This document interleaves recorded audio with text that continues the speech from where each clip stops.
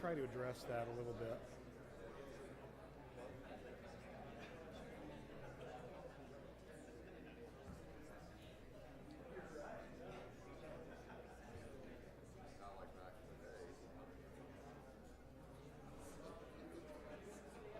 Apparently.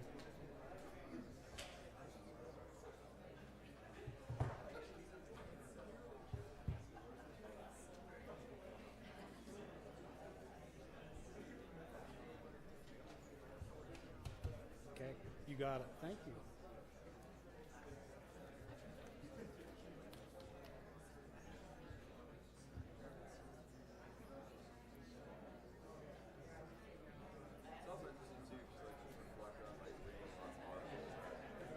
I couldn't find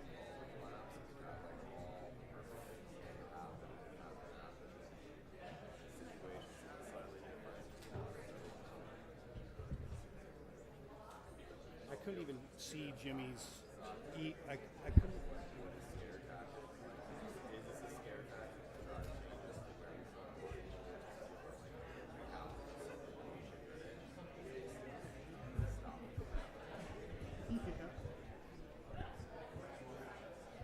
You guys.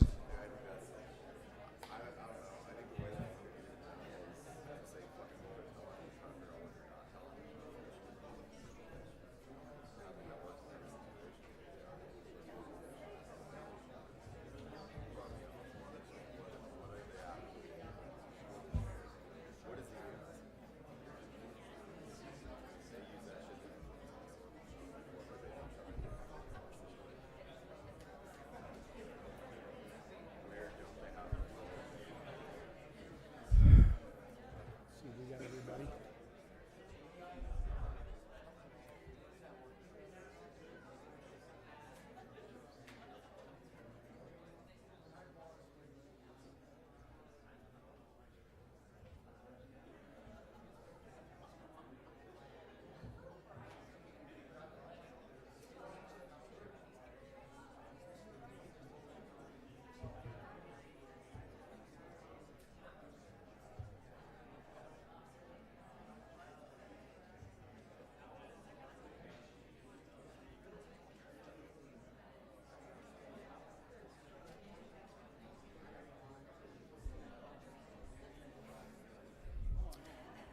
Welcome to our city council meeting.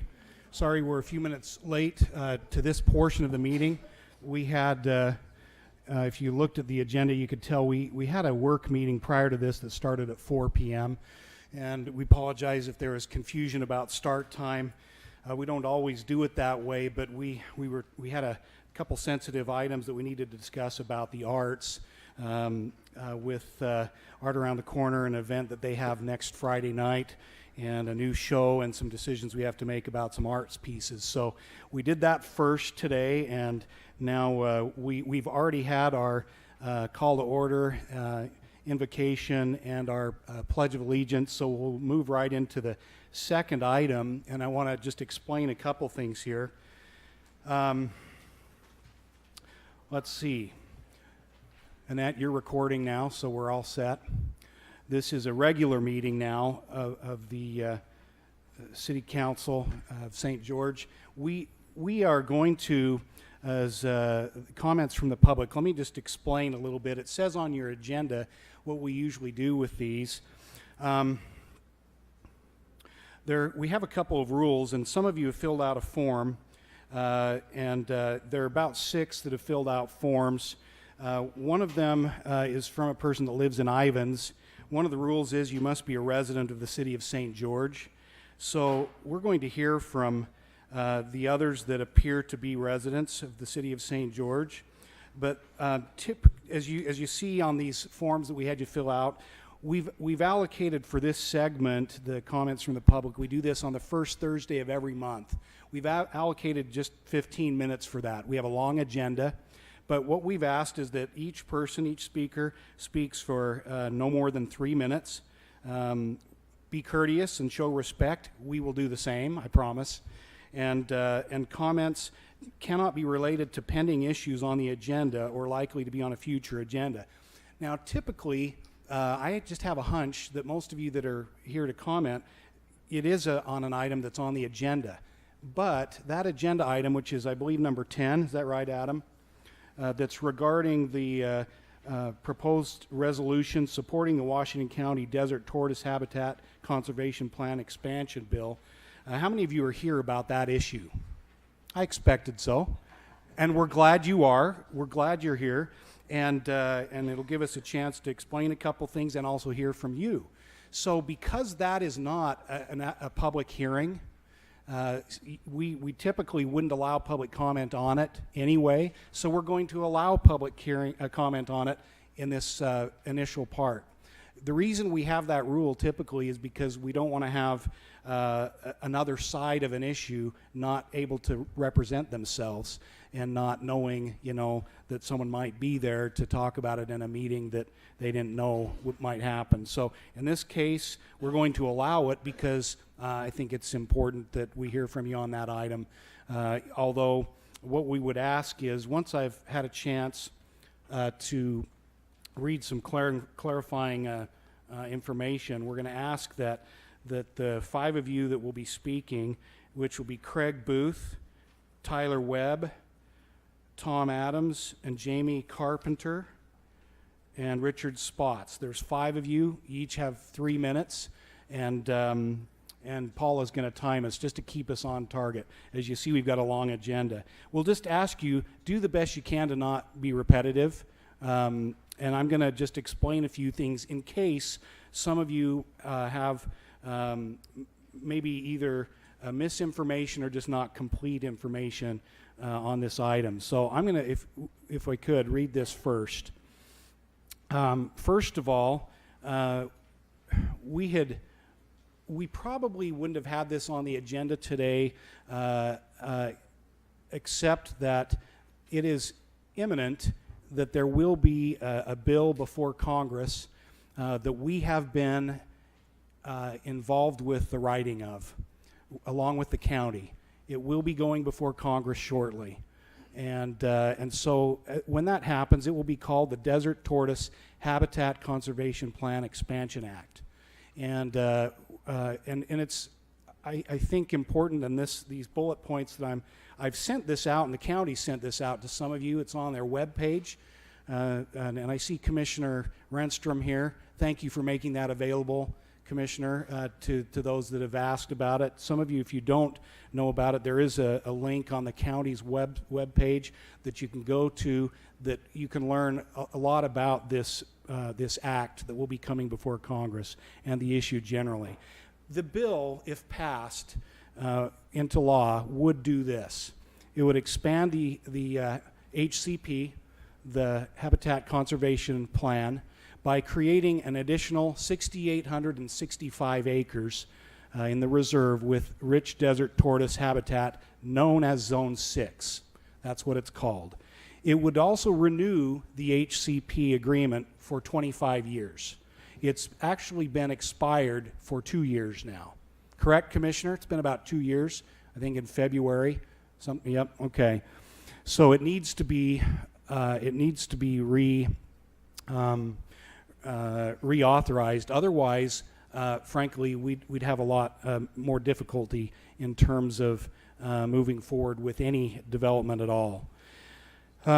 It would require Washington County and the BLM to manage Zone 6 in accordance with the provisions of the existing HCP agreement. It would apply the existing utility development protocols to include Zone 6 as well as other areas covered by the HCP. That's important to us because we have, in the existing and in the new Zone 6, we do have some areas where there are power lines, where there are water rights or water lines that must be protected, and we must be able to have access to them. We have had in the, I believe it's Zone 3, the existing HCP, and we'd continue that. We would make sure that would also exist in Zone 6. It would also allow for recreation to continue in Zone 6. This is important, I believe, to many people here. On designated trails, including hiking, biking, horseback riding, and OHV use in a limited way for the OHV and other motorized use. For example, my understanding is Navajo Drive in Bloomington, West Bloomington, that extension, that is still a dirt road, but that would be left open to motorized use. I don't know that there would be much more that would be open to motorized use. Commissioner, is that correct? Yeah. It's limited. 3 roads total. The main one would be that, but there is some other limited access. There are many little trails that are out there that many have utilized, including myself, for ATV use that would not be able to be used in full disclosure, but there are still some that would be protected for motorized use. It would just be reduced.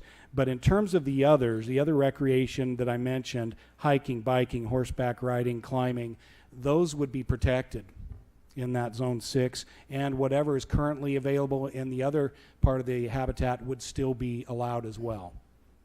Okay, so then provide mitigation. It would provide mitigation credits for the tortoises protected in Zone 6. It would require BLM to amend the existing plans to accommodate Zone 6.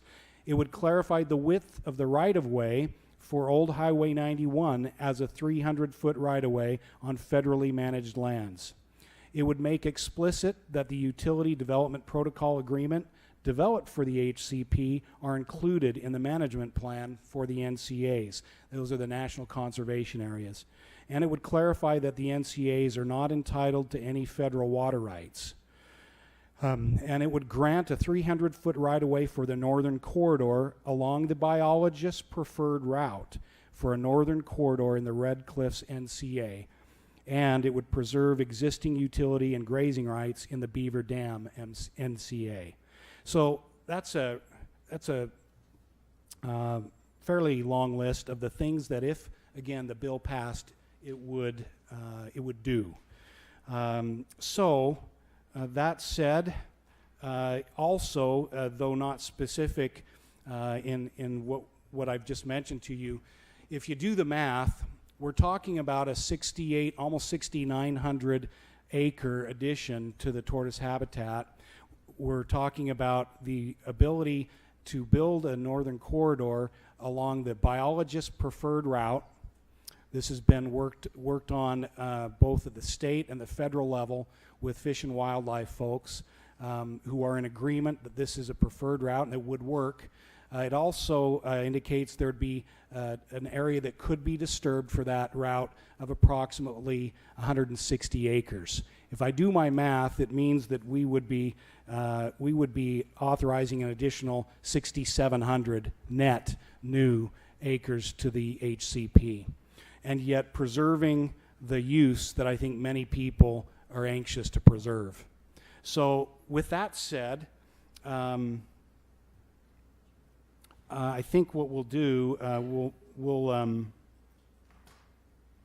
we'll go to your comments now, and then what I'm going to do is any comments or discussion that the council wants to have, we'll do that afterwards, and then we're going to move item 10 for consideration right after that, so that we can deal with that now, and you can be here for that if you have time constraints.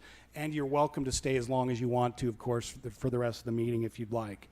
I might also mention that this resolution that we're considering, you know, it is a resolution of support, and we'll read that to you when we get to that point. In fact, if you want, maybe I should read it now, if anybody has it. I've got it in my packet, so I'll look it up.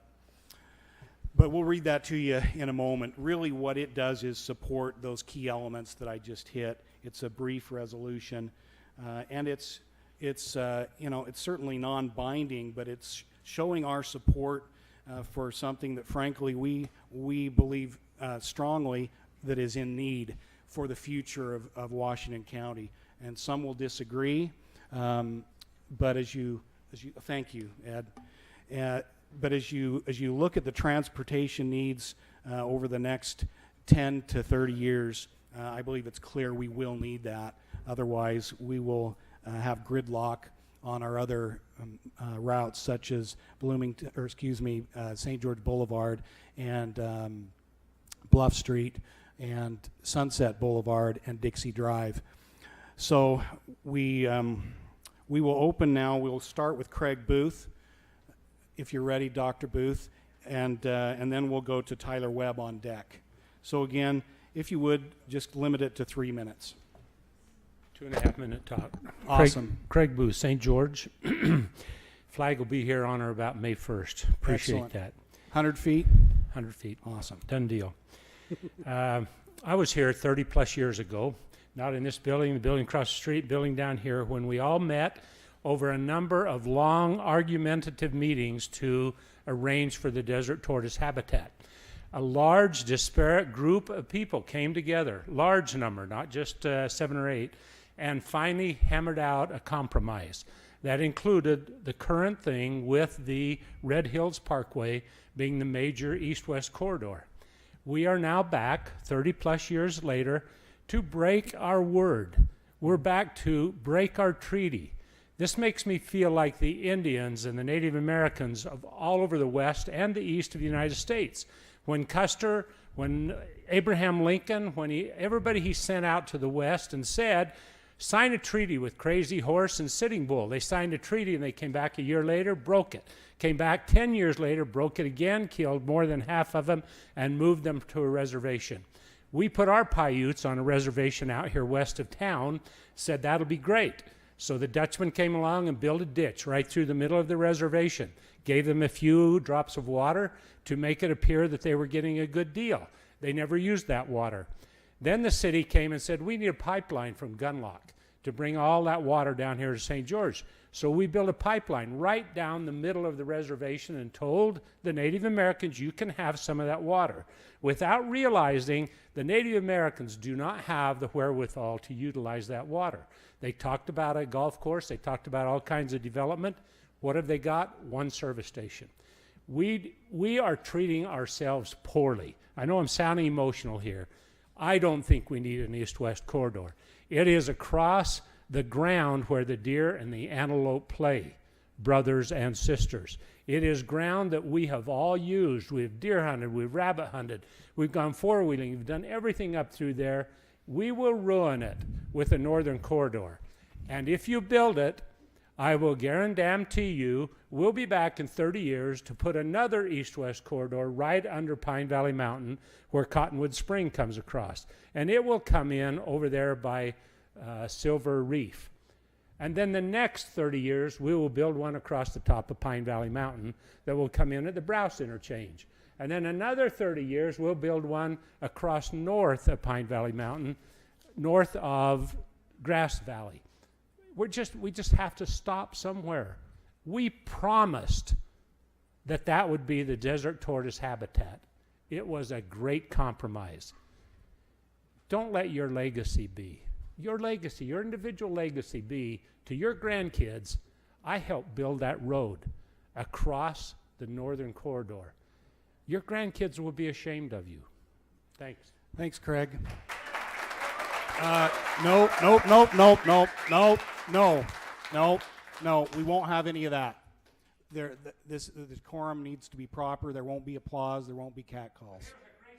It was pretty good, even though I disagree with it. Thank you, Craig. Okay, next one is Tyler.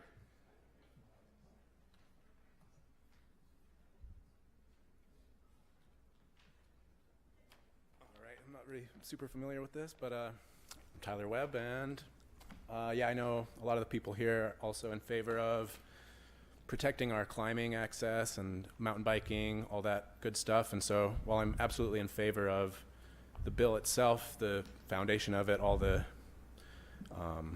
everything sounds really great, and I just want to clarify a few things that I want to make sure that we have, that everyone really wants to clarify before we can all say that we're definitely in favor of it, because we're all just a little bit worried about the access.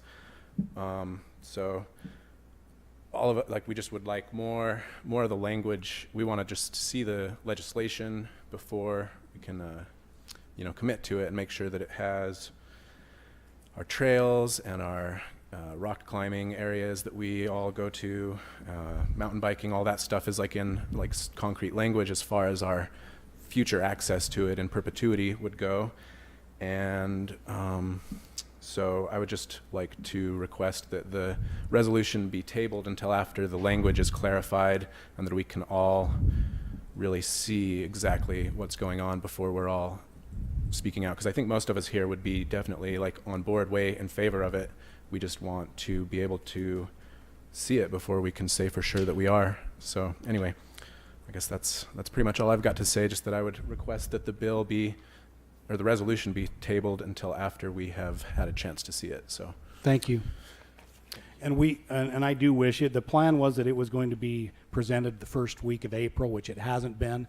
And so in deference to the Congress, who they have the opportunity to put their final, stamp, if you will, on it. We just haven't been allowed to release it yet, but I can tell you that we helped write it with the county and Washington City. We wouldn't support it, and we would withdraw our support if it didn't have the language that you just requested, Tyler. So we're just not at liberty to give out their language because it's their bill, but we did help write it. Okay, and it's a short bill. It's about 4 pages long, and one of those pages is definitions. So it's short and to the point. It's very clear about the use. And one thing I want to mention, and the council is aware of this, we talked about this in previous meetings, but much of that 6,800 acres, I believe it's about, is it 2,700, Zach, Commissioner, that is SITLA, roughly 2,500 to 3,000 acres is owned by the school and institutional trust lands. And that's where some of your favorite venues are for recreation. They could develop that today. And they, I think, have recognized that there is value to trying to keep it as recreational. And so they've volunteered to trade out. They haven't even said that they want to do that today. They're going to trust that the BLM will do a fair trade with them at some point in the future and make that 2,700-ish acres part of this Zone 6 of the habitat. And so long as the recreational access is still able to be utilized. So This is a public hearing. Do we give as much time to convince you? it's not. of your viewpoint as you're getting? It's actually not a public hearing, Craig. So no, you don't. But in terms of that 2,700 acres, again, they could develop it today if they want to. Frankly, the rest of the BLM land could be sold or traded as well and could be developed. We really feel like that to preserve the opportunity for the type of recreation that most of you are talking about here, we think that this bill is probably the best way to do that, honestly. We've talked about that. We've talked about it with the county as well as our elected officials in D.C. Okay, so Tom Adams, next.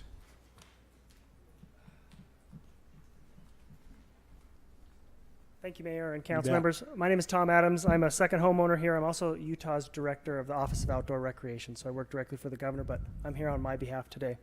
I'd also like to thank you for the extra time to give us the opportunity to speak and make this a little bit more open. Also, my position helps me to recognize the challenges that all of you have faced in a growing community, the fastest growing in the nation, and we're the #1 growing state, so I commend you for making the efforts. You guys are the gateway to Zion. People come here for that. They're spending billions of dollars. We're the third largest or third most visited national park in the nation. And those people are coming here and recognizing how busy that area is, and they're just coming here now. They're recognizing that St. George and the surrounding areas are worth the visit alone, not just for our national parks. And that goes back to commendations to everybody for that. Secondly, I should say, I'm also a homeowner at the edge of this area. So I purchased a property here specifically to be able to walk to these areas, to ride my bike and to use them because I want to spend my money and my time here. And I ran into people just today on the Zen Trail, which was one of the most popular trails here. They come from Canada. They've come every year for the last 3 years. And I asked, oh, you guys are also going to spend time in Zion? They said, no, we're not even going to go to Zion. We come to ride bikes here. So people are doing that. We also recognize powerful economic impacts like this High School Mountain Biking League. We have the largest league in the nation. And to the city of Vernal, that state championship brought $250,000. And we know they're going to spend a lot more money of that here in St. George because we have so much more amenities. I want to say in closing, I echo some of the comments of the prior people before me, but I will say Utah's been in the public eye when it comes to public lands and how we manage them. And I think as a Utahn, I stay in Utah because we do a phenomenal job of managing our public lands and keeping it open for recreation. Historically, I think we've done a great job. And I want to plead to you to make sure you guys are doing this with a transparent heart, open, present the plans to everybody to review these, the plans that you have. Thank you for presenting them as well here, because I know you guys have the right thing in your heart. You're here to support us, and we want to be able to see that plan and to support you as well. So thank you for the time, and kudos Thank for you. the, Thank you, Tom. And I do hope that many of you had a chance to go to the county's open house last week, where they presented a number of those in pictorial form and maps. They showed the nature of this expansion, this proposed expansion. Okay, next is Jamie Carpenter.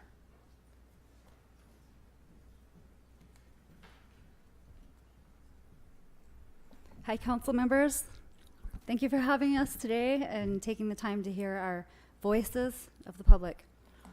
I attended the open house last week on Thursday. That was the first time I got noticed and went there.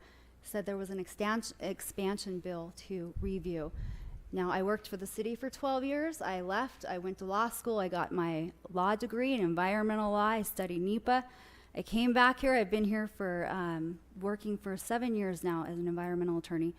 I went to this open house expecting to look at a bill and review language that would impact our city and our development here. There was no bill. I'll tell you, I attended the technical committee's meeting today at 1 o'clock to 3 o'clock, and I sat there and listened to them and I asked questions about the bill. And I was informed that the county attorney was there, and she's the one that is drafting the bill. It's not ready for review. It's not finished. One of the things they added today was the provision that commercial access for bike racing would be included under a grandfather provision. They are reviewing the old rules and regulations to determine what is allowed under the new bill. Had our recreation commercial activities been excluded from the bill, that would have a huge impact on our community. I would ask that the county commission table this resolution just for 3 weeks. There's no hurry. There's no amendments to be made, no approvals, no development plans. I believe the majority of people here support what's going on. We just need some time to participate and fully be informed, and we need to see the final bill. I would ask that you would consider tabling this amendment. If you do pass the resolution today as a non-binding legal resolution, I would ask that you include the provision that no changes will be made to any land use development or ordinances and any zones for the old Zone 3 or any of the old zones under the HPC or the new proposed Zone 6 until we have a final bill passed by Congress that is enforceable. And I appreciate your time today. Thanks, Jamie. Okay, Richard Spots.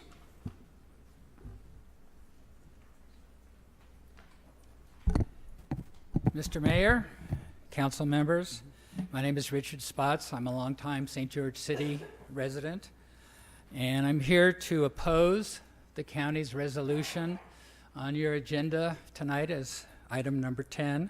This is our resolution, actually. Oh, okay. It wasn't the one that Dean Cox sent around and asked you to consider? It's the City of St. George's resolution. Okay. Might be the same as the county's, I don't know, but Okay. Anyhow, as has been pointed out, no member of the public, to the best of my knowledge, has had an opportunity to review this legislation. Okay, I was a registered lobbyist in Congress for 4 years. I know that when you're dealing with legislation, the devil is in the details. For example, the subtleties with the 2009 lands bill in the Northern Corridor that people are now grappling with, had that been better drafted. So the point is that we really need to see the actual legislation, not vague talking points, okay? Second of all, to the best of my knowledge, there's been no summary or tabulation of the public comments received at the county's open house last Wednesday night. So how were those public comments used? Are you considering them tonight? Are you aware of what those comments were before you act on this resolution in support of the legislation that no one has seen yet? Next, there's no need for legislation. The county has already initiated negotiations with the U.S. Fish and Wildlife Service to renew the Habitat Conservation Plan. There is a normal process through the Endangered Species Act and the National Environmental Policy Act that's been used in counties across the country to renew habitat conservation plans. Why is the county in a hurry to get through congressional legislation? I believe the rush is to take advantage of a very tilted political climate and try to ram through a one-sided wish list and not go through the normal process of objective scientific analysis, objective evaluation of feasible alternatives, and meaningful public involvement. They're just trying to push something that'll be put in a 2,000-page bill at 3 in the morning as part of the Defense Reauthorization Act or some must-pass legislation. We know what's happening to our democracy at the national level. Please do not play into that.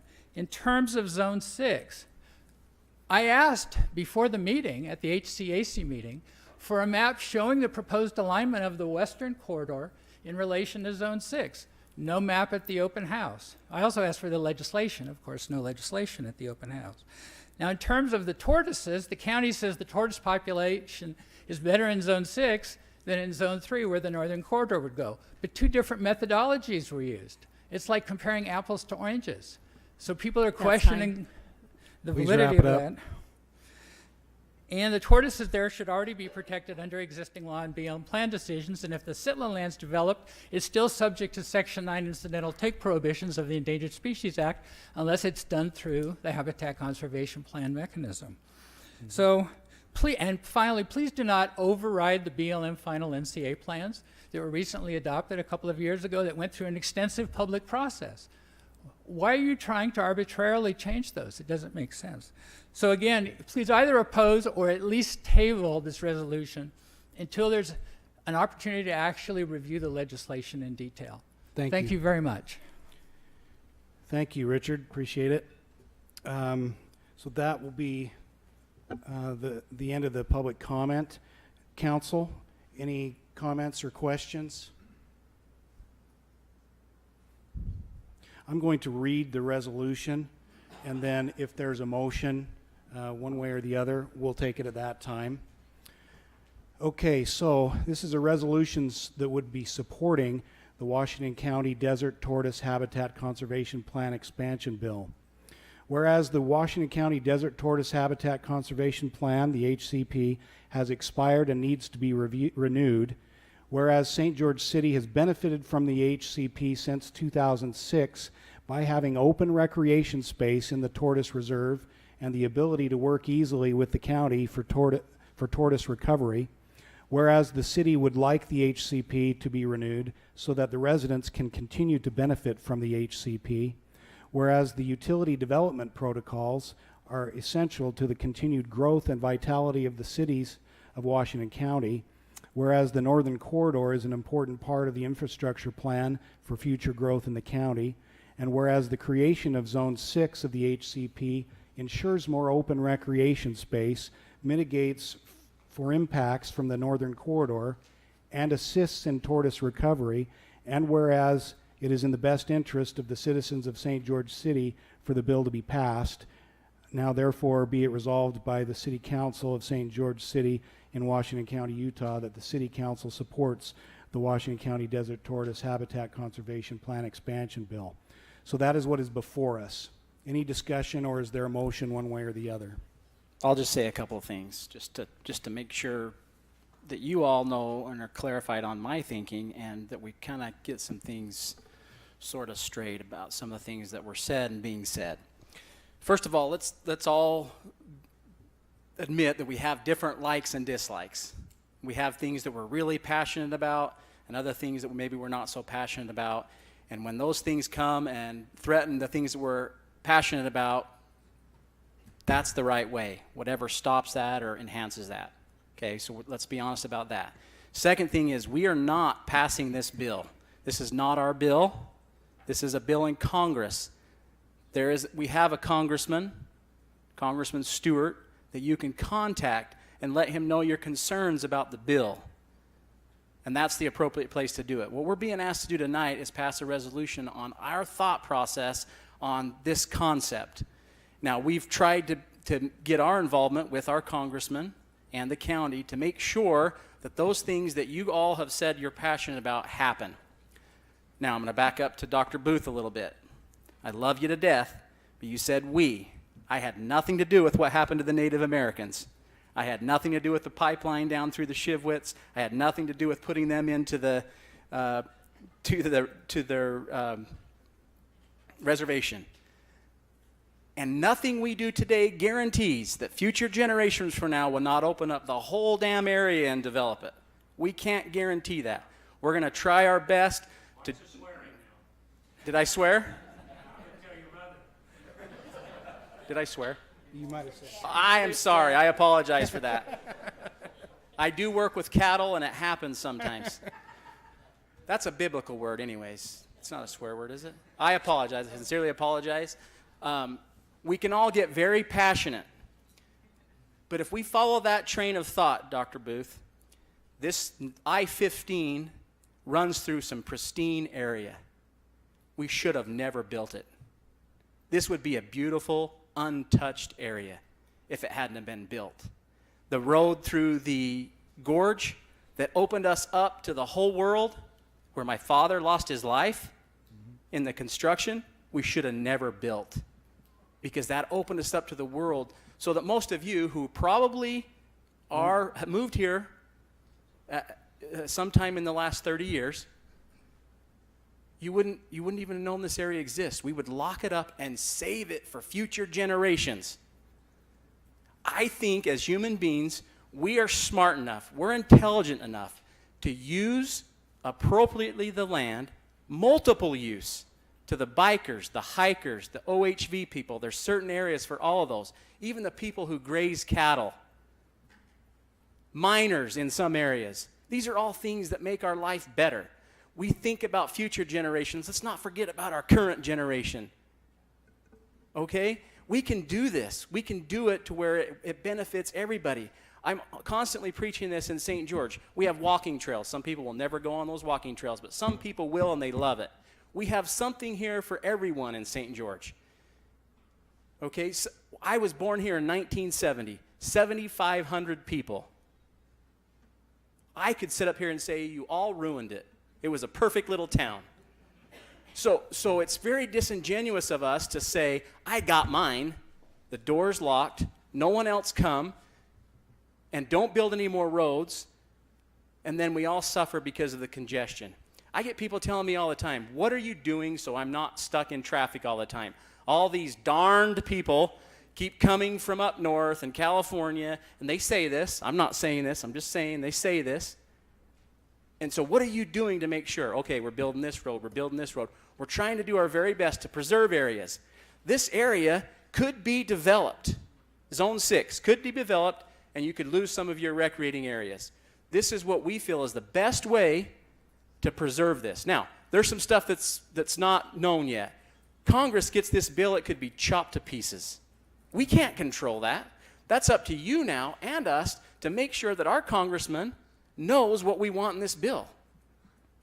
It's up to us. We have to do that. We have to be involved. And I applaud you for coming here. I've always said I love it when people hold our feet to the fire. That's what I signed up for. And I'm very passionate about it as well, multiple use. And I do take exception when people say, we did this to that previous generation. I didn't do a dadgum thing to them. Okay? I didn't. And I know that's a great speech and that's very powerful. But we have to look out for our future generations and us today. Let's not forget about us today. We want to go bouldering. We want to ride the bike. Mark will kill us if we shut off the bike riding down there. So that's our intention. This bill has to start somewhere. And we have to support something to happen. And yes, it's a favorable political environment. And by darn, we should take advantage of it when we can get what we want here locally. And I'm hearing most of you say that's what you want. You want to save that recreation area. And we may not want that northern corridor, some of you, but the truth of the matter is that northern corridor has been in the planning and discussed openly since the day I got on this council and the day that I got involved with the transportation planning. We look at 50-year planning and say, what do we need so that we have proper transportation? Being always mindful that people come here to enjoy the open space, and we're going to do our very best to protect that. We're caught up, and you know, I'm not in any hurry to pass this resolution, but what I see sometimes is let's postpone it. Doesn't really mean you want to postpone it to discuss it some more. You want to postpone it so that we don't do something that you disagree with. The northern corridor has been part of that discussion. The lesson in making the treaties and them being broken might be that we should have never made a deal with the federal government in the first place. Some of us didn't like the HCP when it was created in 2009. It was 2009? 2006. I believe. 6. So you say tomato, you say tomato. The bottom line is we all have things that we're passionate about.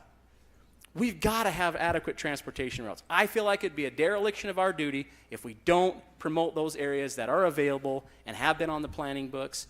And I know we can have this discussion about, is there alternative routes? I feel like we moved that road so darn far south now to please the biologists, it might not be as effective as it could have been if we would have put it where it needed to be, further north. What's happened to the desert tortoise since this reserve was created? 50% reduction. Look it up. Richard, am I wrong? I think it's more like 30%. It was the big fires in 2005. They burned over 500,000 acres of tortoise habitat. That they wouldn't let us fight. Perfect. So if that fire starts and it hits a road, what's it going to do? Probably stop.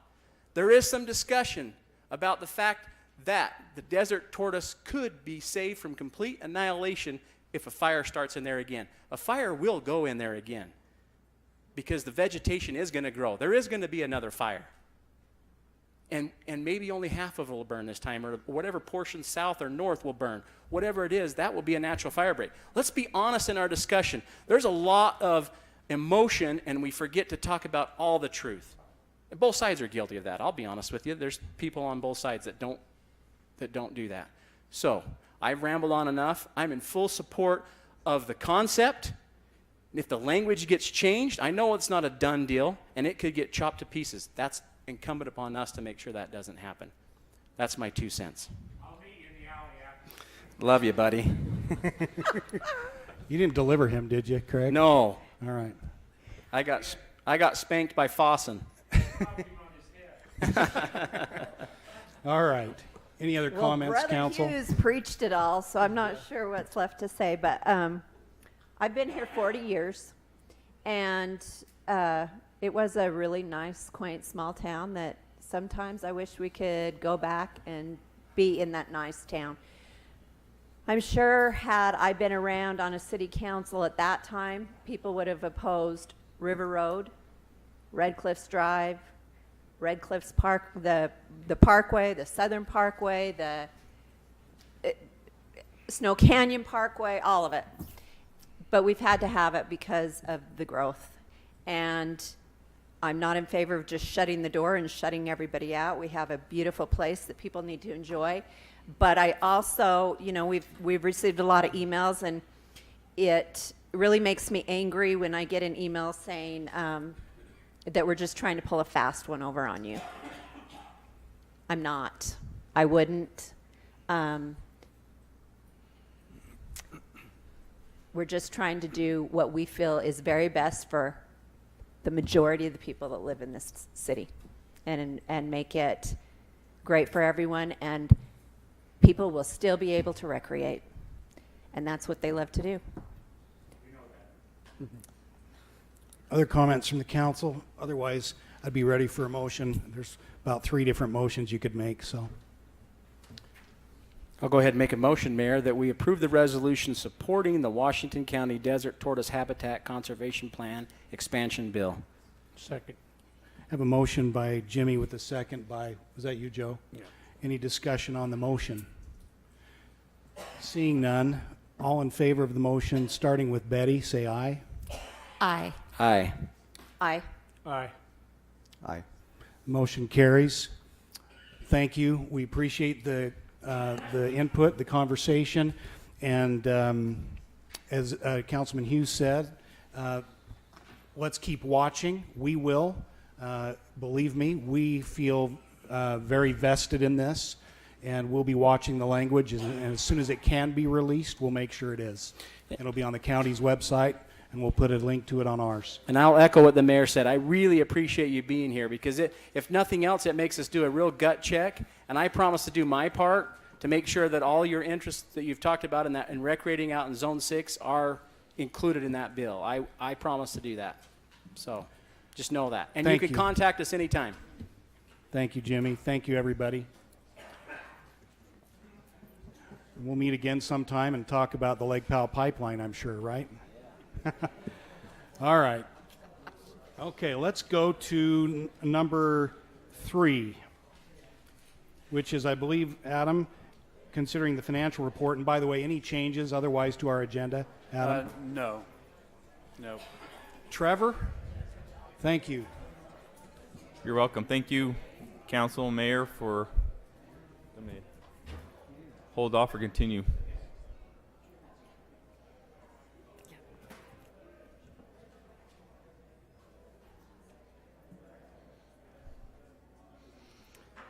Thank you for this opportunity. We try and do this every month to let you guys know the status financially of where the city resides. This report has been provided for a number of weeks now. I don't know if hopefully you've had an opportunity to review it and take a look at it. I'm open for any questions you may have, but I'm going to briefly talk about some of the highlight points that I feel are important. So far, this report is through the month of February. Our fiscal year starts July 1st and ends June 30th. So we are 8 months, as this report states, through the year, which is 66.67% of the year complete. Having said that, our general fund, which is a big chunk of where our general operation comes from, takes up a large portion of our budget. On this, we continue to do very well. Partially is because of how we budget. We budget conservatively on our estimates and our revenue, hoping that the projections that we come in exceed what we budget, allowing excess revenues that will help cover additional things. And that is the case. We are at 68.85% of the budget, so we're just a little over 2% higher than what we have budgeted for as far as revenue. Interesting to note, in paragraph 3 on the second page of the report, in comparing to last year's revenues, we're at 4.88% higher than what we were a year ago as of February. And some of the highlights on that is obviously property tax, sales tax, franchise tax, our building inspection, those kind of things. Anything dealing with construction and buildings is continued to exceed our budgets and our expectations in reality. Sales tax up 10%, you said? Correct. Yep. So we have a great community, as we saw here, with people that love and enjoy come here or recreate, spend money in our hotels and our restaurants and buy goods and services here, which continues to help keep our property tax as low as possible by offsetting some of those services we provide through the sales tax. On the expenditure side of it, once again, we've completed 8 months, which is 66%. However, our general fund expenditures are at 53.36%. So you can see overall we're doing very well in our expenditures related to budget. We have a couple of budgets in due to people retiring and leaving, where we've had buyouts and payouts that we've exceeded in anticipating when we do the budgets. But those will be corrected in future budget adjustments that our budget manager will bring in later months. Also on page 4 and 5, I'm not going to go into it, but you can see in the green I've indicated those that have exceeded the percentage of the budgets for the year. In page 6 and 7, those expenditures or departments expenditures that are highlighted in red are over what we would expect they would be at this year. Like I said, some of those are related to one-time purchases that may be like the marathon, for example. It happens in October, and we expect their budget to be basically mainly spent in October. They would obviously would have exceeded it by this time just because of how the budget comes across. That's basically in a nutshell of our financial report. We are very well off, very solvent. I believe we do a great job in trying to keep things in check. In fact, we're right now heavily involved in the budget process, and Adam's doing a great job in looking at those things with our budget manager and myself, and I know many of you have given great input and ideas, and will continue to do so in the future. So anyway, I appreciate you guys' help. Any questions for me? Council? I just like the part that it says we continue to spend conservatively. I do have one question on the revenues on the federal and state grants. Is that a timing, or is that as things change there? Good question. We actually budgeted conservatively on that. And a lot of times those federal grants don't manifest. And so what we anticipated maybe happening that's happened in the past, a lot of it, regulation changes, and with that has excess requirements, and sometimes those requirements just aren't worth the money for. It costs us sometimes more to try and jump through those hoops on the federal level that really the grant is worth. But so some of those is that case. Other cases, the grants that we thought may have happened just haven't manifest. And they may happen still. And they may still happen, correct. Yeah, correct. Okay. So. Thank you. Mayor, if you're ready, I'll make a motion to Certainly, approve the budget report for February 2018. Second. Motion by Ed with the second by Betty. Any discussion on the motion? Seeing none, all in favor, say aye. Aye. Any opposed? Motion carries unanimously. Next up is one award of bid tonight, and Brett is going to present that for us. All right, this first and only one is to recommend awarding a bid to Transamerican Power Products, known as TAP or TAPP, for the purchase of transmission line steel structures. This is a new transmission line that's going to feed the Southgate substation to the Indian Hills substation. The entire project is budgeted at $500,000, which includes design, installation, and materials. This particular bid that we're awarding is just for the purchase of those materials, which is roughly 24% of the total project budget. That amount we recommend to award to Transamerican Power Products is $117,000, $117,930. Sorry. 834 There was change. yeah, during the bid tabulation, an error was corrected. So what is it exactly? The corrected amount is $117,930. Any questions on this, council? Is this did you say within budget, and have these metal poles, the price changed much with the Chinese tariffs at all? No. So, Not that yet. I've noticed. Good. Okay. Hopefully saved by the bell, huh? Ready for a motion if you're so inclined. Mayor, I'd like to move that we award this bid to Transamerican Power Products for the purchase of transmission line steel structures in the amount of $117,930. Second. Motion by Betty, second by Michelle. Any discussion? All in favor, say aye. Aye. Any opposed, say nay. Motion carries unanimously. Item 5 is public hearing and consideration of an ordinance to amend the PDC zone. This is over at Dinosaur Crossing Commercial Center, and this would facilitate the development of a new Panda Express restaurant. And Ray's going to give us the overview of the proposed site plan. Hey, before you start, Ray, just want to mention, council, you notice, I didn't mention this, new agenda format. Let us know how you like it. I like it because of the expanded information on it, as Adam mentioned earlier. It also, you'll notice everything's on it. You know, Planning Commission. Yeah, And thank so you. I think it's good. Transparency is always good, Yeah, Mayor. it's easier for the Eagle Scout, or the Scouts, right? And Cub Scouts Right. to do their reports, and the students. Yeah. So I want to commend the city manager for recommending the changes. If there are any others that you want us to look at, I'm sure we would consider them. You know, I would just mention, since you brought it up, there are still a few formatting changes to differentiate between the work session and the regular session that Christina and I just didn't have a chance to go over before this Okay. meeting. But we'll continue to tweak that a little bit, and hopefully it'll, you know, be a little bit clearer and easier to administer.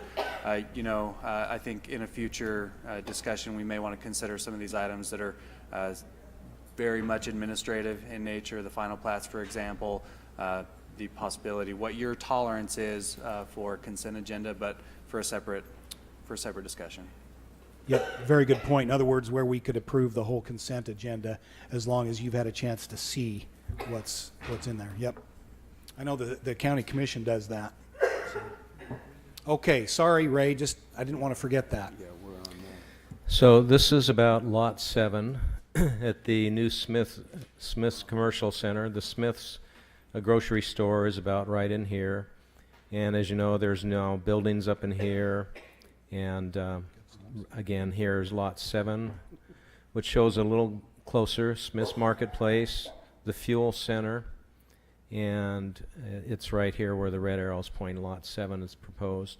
Very similar to other projects that you've seen. It's about a 2,200 square foot building. And this shows a conceptual layout. You can see it has a drive-through and it's got stacking for it. We've looked at all of the parking. It meets and exceeds the requirement. The entire center meets and exceeds the city's requirements. And this shows the conceptual layout for landscaping, which buffers on Mall Drive, the drive-through and the building. And then the four sides of the building are shown here on the screen in your packet. The color materials board is all shall show in a moment. I do have the board there on the table in front of you in case you're curious to see it. It's designed by architects from California, from City of Orange, called Architects Orange. There is a representative here tonight. And overall, it's a single story, about 23 feet height. And again, these are the materials. I might let the architect kind of expand on that. We thought it was a good-looking building. The Planning Commission does recommend approval, and it looked like pretty routine of what you see going on out there. The recommendation from the Planning Commission is on page 3 of the report for this project, and they had some recommended conditions. Other than that, that completes staff's comments. Hey, Ray, it looks like that panda's going to be on the roof of the building, huh? That logo? That's pretty fancy. I wasn't quite sure what you were saying at first, like there was going to be a just looking at giant your pen. colored site Yeah, landscaping. the color, plan. the Yeah, logo and fits it has right it right here. on the roof. Right on the side of the building here. Yeah, Still- you get them yeah. on the side, yeah. It'll have to meet the sign code and get a sign permit. Any questions, council?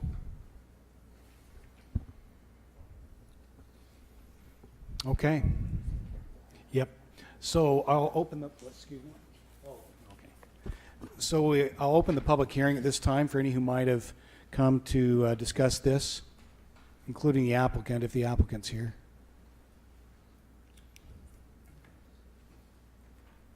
So Christine, if you'll just state your name, your last name. Good evening, Council. I'm Christine Obniel with Architects Orange. Any comments for us, or just? Well, I'll just look to answer questions from you guys. Any questions, council? I think we're good. Excellent. Thank you. Thank you. Good job, pretty complete. Great building. Any other public that would like to make comments? Come on, Dennis. All right. Then we'll close the public hearing and come back to you, council, for your action on this ordinance, proposed ordinance.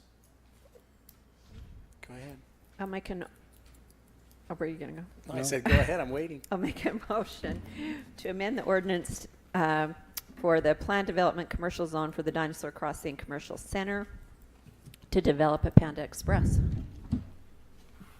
Second. I have a motion by Michelle and a second by Ed. Any discussion on the motion?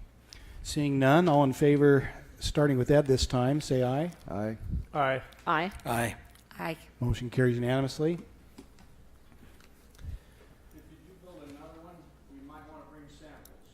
As long as it's orange chicken. Item 6 is also a public hearing consideration of an ordinance. This is for a city-owned parcel of property, about 13.3 acres in size. This is on the hillside between Bluff Street and Donley Drive. If you're west on the boulevard, it sits just up on the hillside right in front of you as you get to Bluff Street. We did provide the location of this in your packet. John is there to answer any questions, but the city was the applicant on this item, and Planning Commission recommended approval. Yeah, so this is the location, as city manager mentioned. General plan showing commercial and open space. Zoning is currently R110. This is the entire site, again, initiated by staff. Planning Commission recommend approval for open space. Questions, council, before we do the public hearing? Okay. Then I'll open the public hearing at this time for anyone who may have come to provide input or ask questions on this item, which is number 6 on our agenda. Seeing none, I'll close the public hearing and come back to you, council, for your action, or if there's any discussion. It is, as John said, it's kind of a cleanup item. It's going to clean it up real nice. Yep. Motion to approve the zone change from R110 to single-family residential to open space on approximately 13.3 acres located on the hillside between Bluff Street and Donley Drive. Second. Motion by Jimmy, second by Betty. Any discussion? Makes sense, doesn't it? Yep. In terms of the hillside. All in favor, starting with Betty this time, say aye. Aye. Aye. Aye. Aye. Motion carries unanimously. Item 7 is an ordinance to vacate Lot 2 from the West Creek Commercial Center subdivision, and Wes is going to give us the background on this one.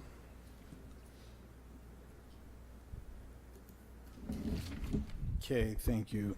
Item 7 is a request to consider approval of vacating this lot, Lot 2, from the West Creek Commercial Subdivision, with Lot 1 and 3 being over here. So you just want to pull this lot out of it. Here is Dixie Drive right here. Pull it out of that subdivision.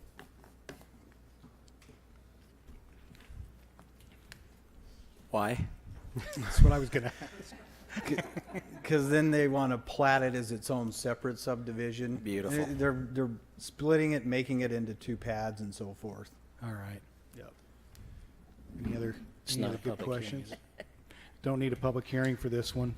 Motion to approve the ordinance vacating Lot 2 from the West Creek Commercial Center subdivision plat. Second. Motion by Jimmy, second by Joe. Any discussion?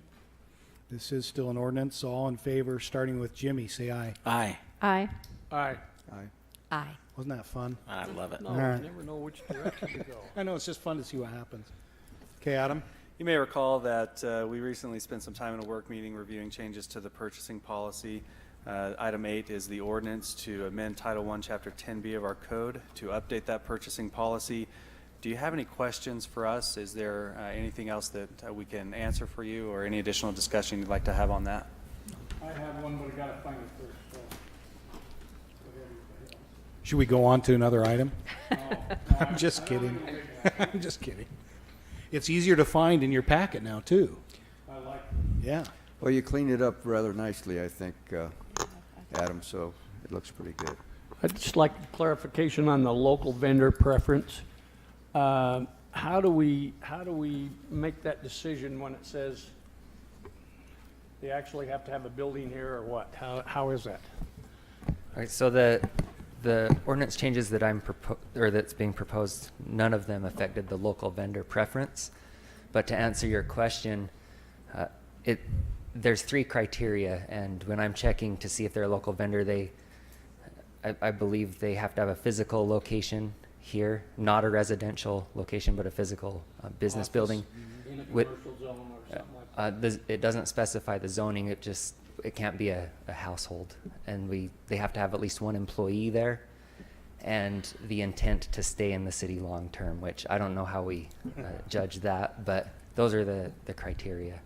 Brett, would you say that we've taken a fairly liberal approach to determining that somebody is a local bidder, or are we pretty strict on that? No, we're not too strict. I mean, most of the projects that we bid out, they're most of the time they're all local bidders. Where it comes into a conversation is if we have somebody that may be in Hurricane as opposed to the city of St. George, and that's where we are a little more strict with that, and our local preference prefers and specifies city of St. George businesses over someone who may be in Hurricane. However, it does extend to Washington County if that Hurricane resident is the only one in the county that bids on a project and you have out-of-state bidders. So there's a few different things we check out on the local preference. Okay. But again, none of the local preference ordinance is changing in this amendment. And the way we have the intent to stay or to be a permanent member is they have to have been here a year as a business. Thank you. That's one of the requirements Okay. on Thank that. you. Typically, this has come up when somebody has challenged who we're awarding the bid to, and they're claiming the local vendor preference. That's usually when this has become an issue, is because one of the bidders is challenging another bidder, wanting the preference over that bidder. I would think it's probably more with service business also, as opposed to bricks and mortar. We've had a contractor. Construction, a lot of Yeah. construction. That's when Yeah. it typically happens. Yeah. Thank you.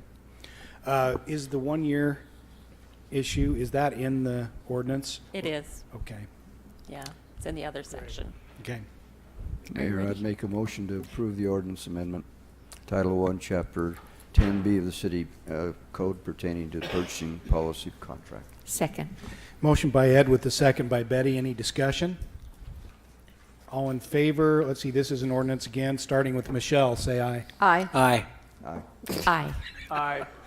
I loved it. Okay, that was fun. Motion carries unanimously. See what we do here, guys? You know, just, you know, Item get 9 what you is- pay for. I know. But, yeah. Item 9 is for a resolution acknowledging the results of the annual wastewater system self-assessment that we perform here at the city. And Scott Taylor is here. I don't know if you plan to present anything on our resolution. Do you have any questions for staff? This is something we do every year. It's really a little bit of a housekeeping item. We go through, we do the assessment on our system, make sure that we're where we need to be. Scott, would you add anything to that? We gave ourselves a really good grade. Well, this year was a little different. Usually, you know, the format is such that we score. There's points that you give yourself and deducts, and so we score, and we always get a good grade, kind of like some of the classes we had at Dixie High School. Yeah, yeah. This year they took that away, so there's no scoring. It's one of those Good. feel-good grades. I So hate grades. we went through it. We looked. There's 3 sections. There's the financial section of the wastewater collections and treatment divisions. There's a section of the wastewater treatment plant and the section of the wastewater collections plant or collection system. We've gone through. We've done the evaluation. Everything looks good. The only concern that would be raised, and I brought this to your attention in a work meeting last month, is we're to the point of having to spend a lot of money in the next 5 to 10 years on plant expansions. One of the questions is, do you have reserves for the next 5 to 10 years? And frankly, we don't. We know we're going to have to bond for at least the phase 2 and phase 3 expansions. So, you know, we're still doing very well. That's not going to be it's not going to be an issue for us, but that's just one thing to look at. But that will be, as we've talked about before, it will be reflected in upcoming budget discussions Right, in yes. terms of rates and again, bonding versus, you know, using reserves. And we'll do both. I think, is Yes. what the answer is, so. Were there any others that were a negative answer that you feel are very serious? No. Okay. We have to report any sanitary sewer overflows, SSOs. We had 2. They were minor. They weren't even reportable. We didn't have to report them. They weren't anything caused by us.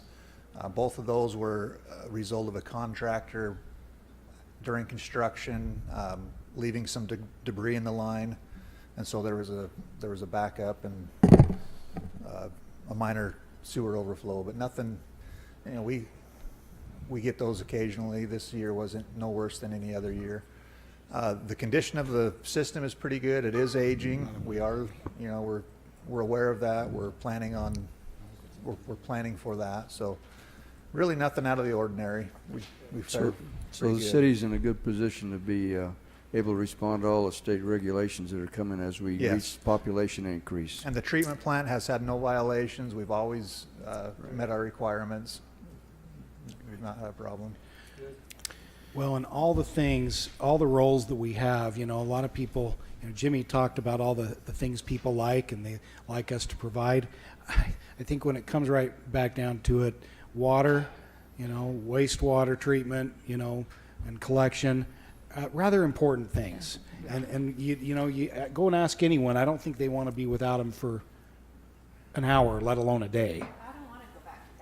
No. Right. So thank you, Scott, and Thank thank you to all your employees for making that a top priority. Absolutely. and And I, oh, go ahead. go ahead. No, Scott was telling me earlier that wastewater assessment starts at home, whether or not you look before you flush, right? I don't remember telling you that.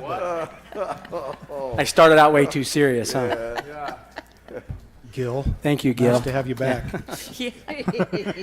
On that happy note, I'd like to move to approve a resolution acknowledging the results of the annual wastewater system self-assessment. Second. Motion by Betty with the second by Michelle. Any discussion on the motion? Seeing none, all in favor? Let's see, it's a resolution starting with Betty this time. Aye. Aye. Aye. Aye. Aye. Motion carries unanimously. Okay, I believe we're going now to number 11 on our agenda since we already did number 10. Annette, are we doing okay? We speaking in our mics, doing all that stuff as we should? All right. Okay. Adam asked me to proceed with Okay. this one, so this one is to consider approval of a request for a Class C alcohol license, a limited service restaurant for Hoo Hut Mongolian Grill, located at 250 North Red Cliffs Drive, Suite 23. Mongolian Grill Restaurant Operating Company, LLC is the applicant. And I guess maybe I'm presenting it as well. I think you are. This is one where they're replacing the old Mongolian Grill. I think most of you are probably familiar with it in the strip mall there by Zion's Factory. And so they're asking for a limited service alcohol license.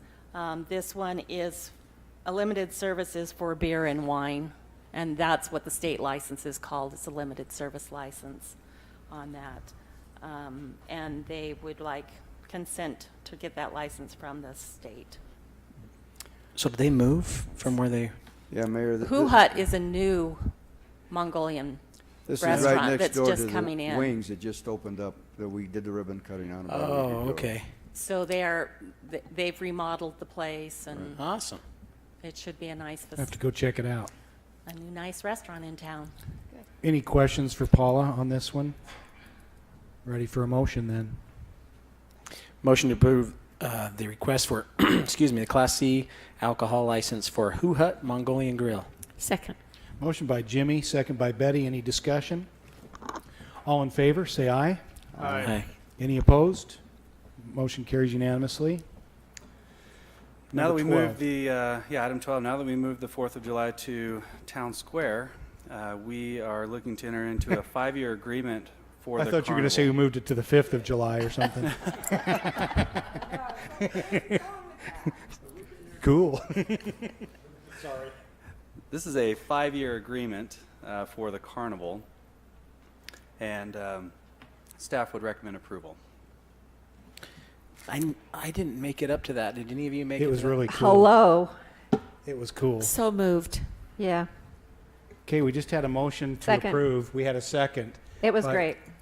Motion was Betty, and second was Michelle. Now, any discussion, Jimmy? I No. spent a lot of money there with my grandkids. No, I guess not. Now, It was fun. What kind of rides are you going to have? The same. Same. It's the same. We put exactly the same in the contract, but it leaves it open to them on what machines they're actually bringing. There's so many adult ones, so many middle type, and then so many children's rides that they're required to bring. And all the public safety aspects of it for those rides. They have to pass all the inspections and, That's great. yes. Did we get any negative feedback from the public at all? I didn't. I didn't have any. And you know, one of the things they did, it was a smart move. They gave free Oh, yeah, passes that's to the right. neighbors. Very good And, move. you know, and we had some restrictions on the hours, so we would keep those. And those hours are still in place Yep. with When the you- agreement. When you looked at the number of people that came on over for the fireworks, the whole region was there doing fun things. I did read down here, and it does say they plan on doing the free ticket thing again. Oh, excellent. Yeah, very smart. Okay. And this one Okay. is for 5 years. Okay, any other questions or discussion? All in favor, say aye. Aye. Any opposed, say nay. Motion carries unanimously. I won't complain either for free tickets. If there is, I think so. Deputy Chief, will you go and flag it down and bring us an ice cream sandwich? It does sound like an ice cream truck. I think they got the air working. I texted Mark. and You need a said- coat? You need a coat? No, he said he was turning it down. Okay. It needs to go down. I mean up or whatever. Warmer. Up to 60? I was just thinking it felt Even, great. even I'm cold, and I've been told I'm cold-hearted. This is a tough crowd tonight, Adam. Yeah. Hey, we're just plugging along. All right. Item 13 is to consider approval of a very small piece of surplus city property on the golf course, and Matt's going to give us background here.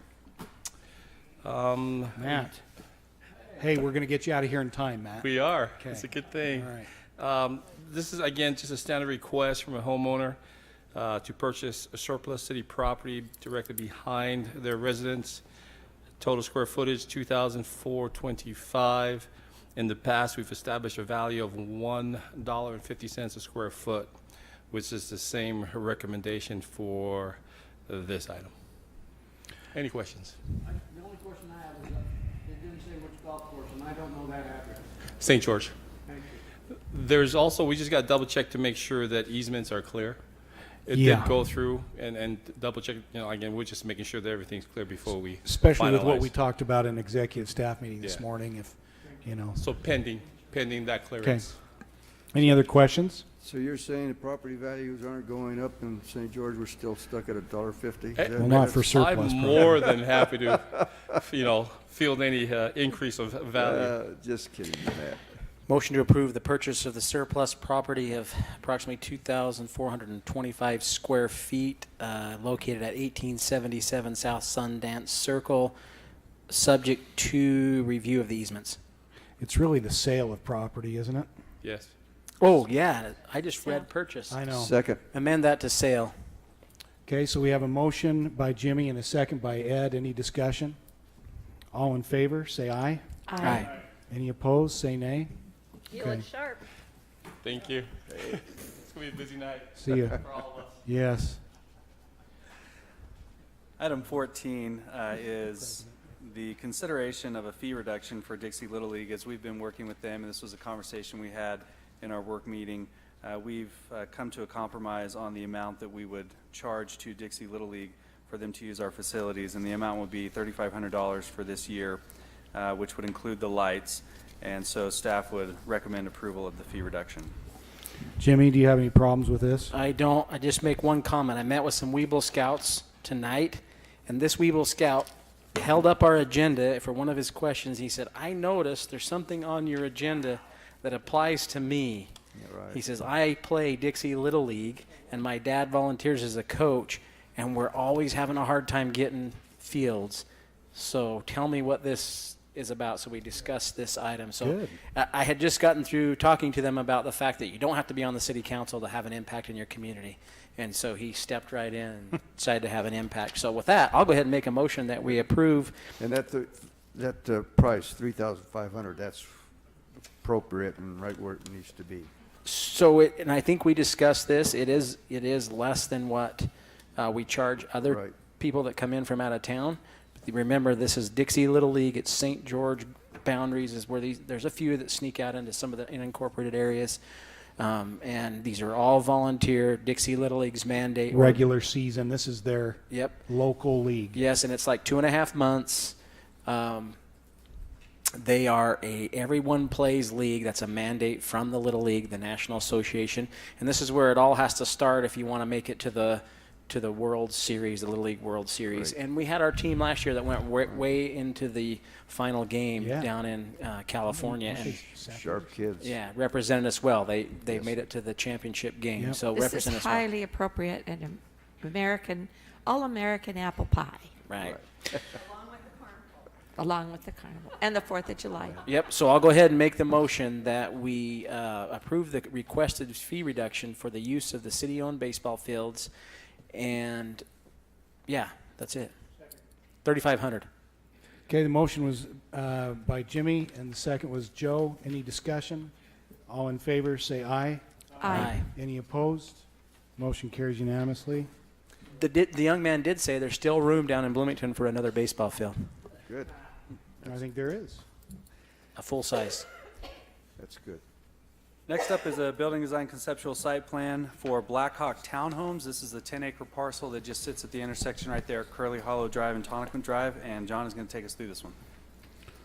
So this is the site, again, Curly Hollow, Tonnequin. It's this site right here. The zoning is R3. There's provision in the R3 zoning ordinance that requires projects over 20 units to go through a building design conceptual site plan. And so this evening, the city council is going to be reviewing the site plan, elevations, landscape plan, amenity. And so that's the request this evening. So this is the site plan. Again, there's 26 buildings with 90 units.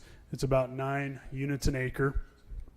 They have this green area located in the center where they're proposing to put a pool and a pool area, the greenway space. And so this meets their recreation requirement of 18,000 square feet. They meet all the parking requirement. They're going to have 2-car garages in addition to providing the guest parking. They do have one request, and that is this road that's located right here is located on city property. And so they're asking that this portion be built entirely on city property. In exchange, they would provide the same amount of square footage on this south side. And so that's part of the request. They would also be responsible for this roadway. This is the landscape plan that's being proposed. Staff will review this as part of the construction drawings to ensure that it meets the appropriate planting and street trees. They do meet the percentage for the open space and landscaping. Here is the plan view of, or the view of the townhouses. They're 2 stories. They have garages in the front. They are under the 35 feet. This is a similar project the applicant built, and this is what the elevations will look like. This is also the colors, and so this is the renderings that was provided by the applicant. Here's some additional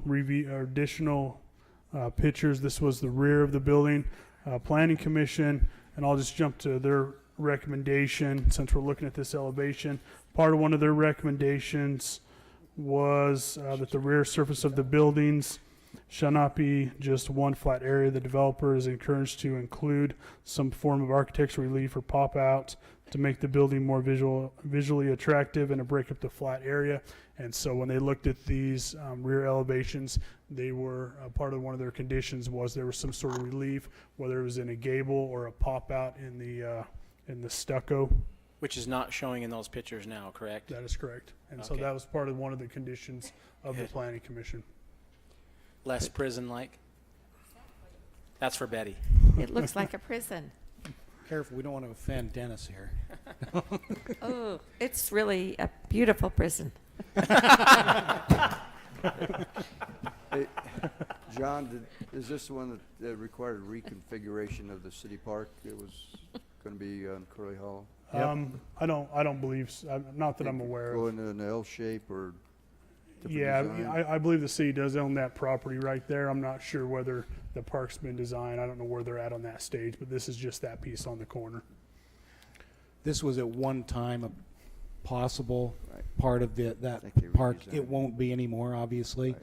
And frankly, that's fine. I think based on some of the previous discussion we've had, we can still build a park with the other acreage. They did provide the materials board. Here's a picture of it. It's also on the table. Planning Commission, as I mentioned before, recommended approval with some conditions. Most of these conditions are fairly standard conditions. I read the one referring to the rear of the building. Again, that the land donation or the land swap. They also recommended, and this was something the applicant actually showed in their plan, was a connection down here if there was a future park that provides some pedestrian access for the townhouse project to the potential future park. That concludes staff's presentation on this item. The applicant is also here to answer any questions. Any other questions, council? I'd just like to make a comment on that prison-like look that Betty brought up.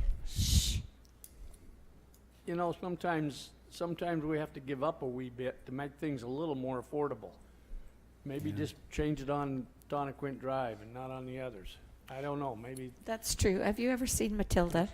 Who? You're going to Matilda? this summer. What's that? It's a movie, it's a story by Roald Dahl about a little girl, and she says to her father, who is building he's taking old cars and making them run by putting sawdust in there, and she says, "Don't people need good cars, Dad? Can't you just build good cars? And not fancy, but good cars that actually run." When you see it this summer, you'll know what I'm talking about. Tuacon's doing it. Yeah, it's a great line, though. I just hope that we don't continue to make things more expensive than they need to be. Well, Because- I agree with you totally, but Well, and that's what I think the developer's trying to do. If you see some of their other products around Skyhawk over by Sky West, right, Dennis?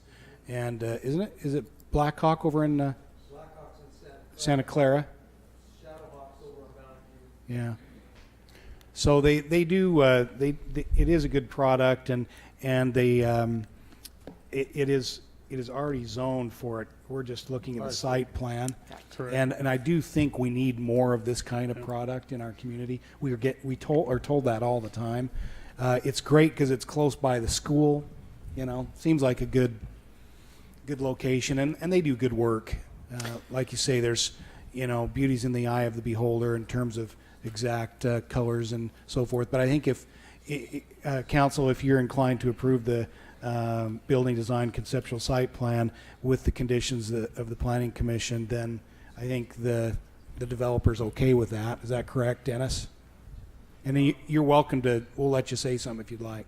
Well, let me say that suggestion was that specifically or in about Donnequin Drive. It was specifically? Well, it's got a little, I'm trying to find it again now. Most of their concern was along Donnequin. That's correct. Yeah. But what about not Curly Hollow and They just mentioned specifically Donnequin. I think they would like it along all the frontages, but they did mention specifically those three Donnequin. buildings or four buildings? Yeah, the three buildings along Donnequin. Okay. This is Dennis Garr, for the record. Dennis Garr. I was wondering if it's appropriate for me to second Joe's motion to the Panda. Well, it is an issue in our community. So Yeah, Joe is right. I agree with Joe. I tend to agree with Betty as well, and so hopefully we get a kind of a compromise in there. There's a few little things that sometimes could be done to help it a little, but Joe is right that Well, and we've we've talked about that, and we was thinking possibly doing some shutters. I mean, they are a little bit, plain, but then again, I was gonna bring a picture of the one up on River Road and Brigham, right there, about a block off there, that has no pop outs, no gables, no pitched roofs, they're just flat. It's true. At least we got a band, we got our pop-outs Yeah. on the windows, doors, all that kind of That's stuff. great. And I applaud your effort Yeah, to keep I do costs too. down. So anyway, back to your movies, Trunchbull. You have seen it. Oh, you just love Miss Trunchbull. have to go watch it, aren't Oh, it's great. No, I'm just kidding. Yeah. But yeah, we've talked about doing some maybe some shutters even on the back windows. Well, maybe we Awesome. could reflect that kind of an idea instead, if that Yeah, works that's for the great. Thank council. Yeah, that's not real. That doesn't increase our price a ton, but it does probably spice it up a little. So and we'll probably do it on all of them, not just those. Right. Because I mean, I'd prefer that personally. the park side, eventually it's going to be a road. I mean, people are going to see the backs along those. Yeah. So I'd like to make a motion that we approve of the building design conceptual site plan for this townhome project. I'll second that motion, Mayor, with the point that affordable housing is very important, crucial to the It community. is. And in terms of the conditions, are you adding any, are you changing any from the planning commission? Are you just asking for the shutters on the back? I'm not asking for that. I'm just with what the planning commission did, and if he'd like to do that, that'd be great. But not with the additional recommendation that the planning No. commission made? Okay, so we're clear. It's really what was submitted. Exactly. I'm sorry. Okay. Any other discussion? All in favor of the motion, say aye. Aye. Any opposed? Motion carries unanimously. All right.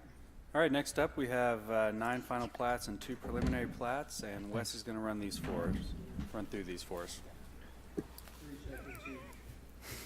Oh my gosh.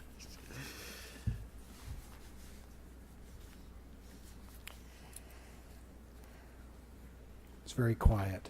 Okay, item 16 is a request to consider approval of 8-lot residential subdivision located at Goldenrod Circle at approximately 1110 West and 3250 South, known as R110. This has been reviewed by staff and meets the conditions of the preliminary plat. So here's just the overall, right here in Bloomington is where it is, where it connected to. You've seen this.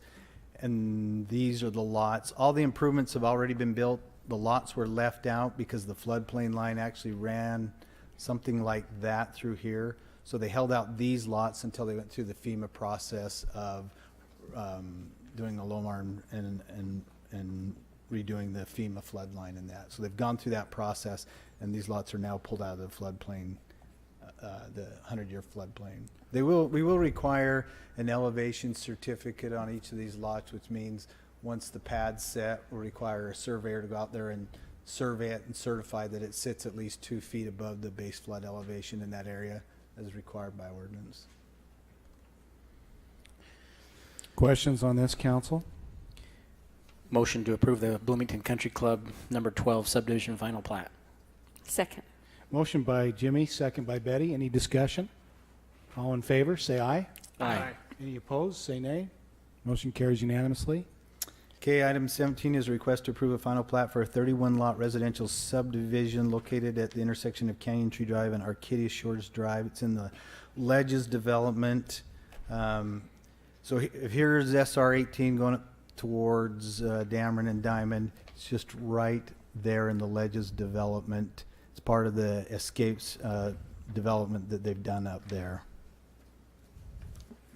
Questions on this one, council? That's no short-term rentals in this. These are short-term All rentals within short-term this, yes. They do have an amenity and all of that with this. Qualifies. Motion to approve the final subdivision plat for Escapes at the Ledges Phase 4. Second. Motion by Jimmy, second by Joe. Any discussion on the motion? Seeing none, all in favor, say aye. Aye. Any opposed, say nay. Motion carries unanimously. Okay, item 18 is request to consider approval of final plat for a 34-lot residential subdivision located at the southwest intersection of Canyon Tree Drive and Arcadia. Again, it's within the Ledges PD, and it's just to the east, or just to the south of the one I just showed you, and it's right there. So these are all private pads, private road, and then common area for the rest of it. Questions on this one? Ready for a motion? Motion to approve the final subdivision plat for Escapes at the Ledges Phase 5. Second. Motion by Jimmy, second by Ed. Any discussion? All in favor, say aye. Aye. Aye. Any opposed? Motion carries unanimously. Okay, item 19 is a request to consider approval of a final plat for a 15-lot residential subdivision called Grand Heights Phase 1. It's located east of the intersection of Cottonwood Springs Drive and Red Rock Road at approximately 1420 east and 930 north. So if you look here on your vicinity map, here is the old par 3 golf course right here. So it's up above that along Cottonwood Springs Drive. It's these lots right here. The hatched area here, they're proposing to dedicate to the city. It's all hillside through here, and then they are proposing to dedicate that, and the Parks wants to use it as a trailhead, as they have a trail that comes down, I'll show you on the map, comes down through here and then loops around and comes back up through there and into the Tortoise Reserve area. And so they will be, that's their proposal, is to dedicate that to the city. There is a 30-foot ridge setback line. You can see right here on all these lots where there are areas to remain undisturbed and undeveloped. When we do dedicate those to the cities, do we have to officially say, yeah, we'll take them, or what? By virtue of the plat recording, yeah, that's right. So that's why I bring it up It, now. it's actually part of the subdivision in the boundaries of it. Yes, it is. Yes. So by accepting the plat, you would be accepting Okay. it. I never knew And, how we and officially typically did that. we do, I actually have a little certification that the mayor signs saying that we've accepted it. And that was an attempt to avoid, because every once in a while people would just transfer some junk property Yeah. to the city that they didn't want to have to take care of. And so we wanted to keep better track of what we had actually accepted. Thank you. Awesome. Any other questions? Ready for a motion? Motion to approve, Mayor, the escapes at the ledges as articulated. Or This is the Grand Heights, Grand yeah. Heights Phase 1, excuse me. Second. Motion by Ed, second by Joe. Any discussion? All in favor, say aye. Aye. Any opposed? Motion carries unanimously. Okay, item 20 is a request to consider approval of a 3-lot commercial subdivision located east of Dixie Drive and north of 1600 South. So it's right here. Here is the Tonnequin that K Traveler used to, I think he still owns that right there. Dixie Drive would be right here. 1600 north or south is here. Here's the cemetery. So it's just these 3 lots here. We will be doing a development agreement with the development of the property because the city actually owns the majority of the road. It's on city property that they'll be using. So we have agreed, the city has agreed to dedicate that and build the road for their development. They have agreed to then put in all of the erosion protection here that was not put in previously, that will help protect their development plus the trail plus the cemetery. And then we've agreed to extend a water line down through here to provide a loop through there, and it'll go down through the cemetery. They've agreed to pay for the materials, and the city will install that. So they're going to do all the riprap? They're not Yeah, asking so the for, city agreed- They're not it- asking for the city to... No, the city partner up agreed on- to dedicate the road, and that wouldn't require just that little portion of the road to be on their property. The majority would be on city. The city would then build the road as part of the development, or That's reimburse them is what we'll do. And then they agreed to then do the erosion protection. It was pretty close in cost between the two, and so that's how it Because we worked out. can't see this plat very easily, there was some question at Planning Commission about making sure there was access or shared Yeah, so you'll parking or have- something with that one lot that's not being built on. This lot doesn't have frontage on that road, Right. and so it'll require, you're correct, it'll Okay. require an easement through that lot to get access to Okay. it. Yep. I knew we talked about it, but. Yeah. Is this owned by Riverwoods? Yes, What, it says is. Riverwoods Meal. Yeah, they So- will be building on Mhm. there. Remember how they were trying to locate down by Sun River? Uh-huh. And it just, They things split weren't off working out. These pieces. So now they're able to do this. They'll be building on this lot here, and then I believe it's a furniture store. isn't Yeah, it, it's- that's coming here. Yeah, Something like that. Uh-huh. Yeah. Henrik. Is that Hendrickson Yeah, Butler? Yes. Mhm. Yeah.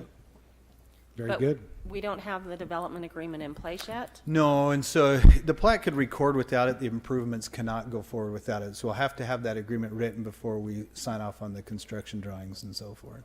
But city property is part of the plat without the development agreement in place? Yeah, just the roadway. City need, yeah. I mean, the agreement's written, it's just, we could make it contingent upon the agreement being executed. Well, it sounds like the subdivision doesn't work without all those things actually happening. So to me, it would have to be contingent on We can that do that, agreement right? actually happening. We can do that. Can it stand alone without the agreement, actually, if something were to fall apart and we didn't have an agreement? Well, we'd have to get that from them to build the road. I mean, the city needs the road for the cemetery and for access here. So it's And kind they of a- need it to have access. They do, It's the they only need it. access to their property.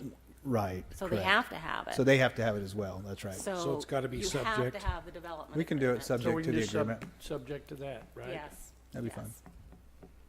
Okay. Move to approve final plat for a 3-lot commercial subdivision located east side of Dixie Drive and north of 1600 South Circle, subject to An approved development agreement. approved development agreement.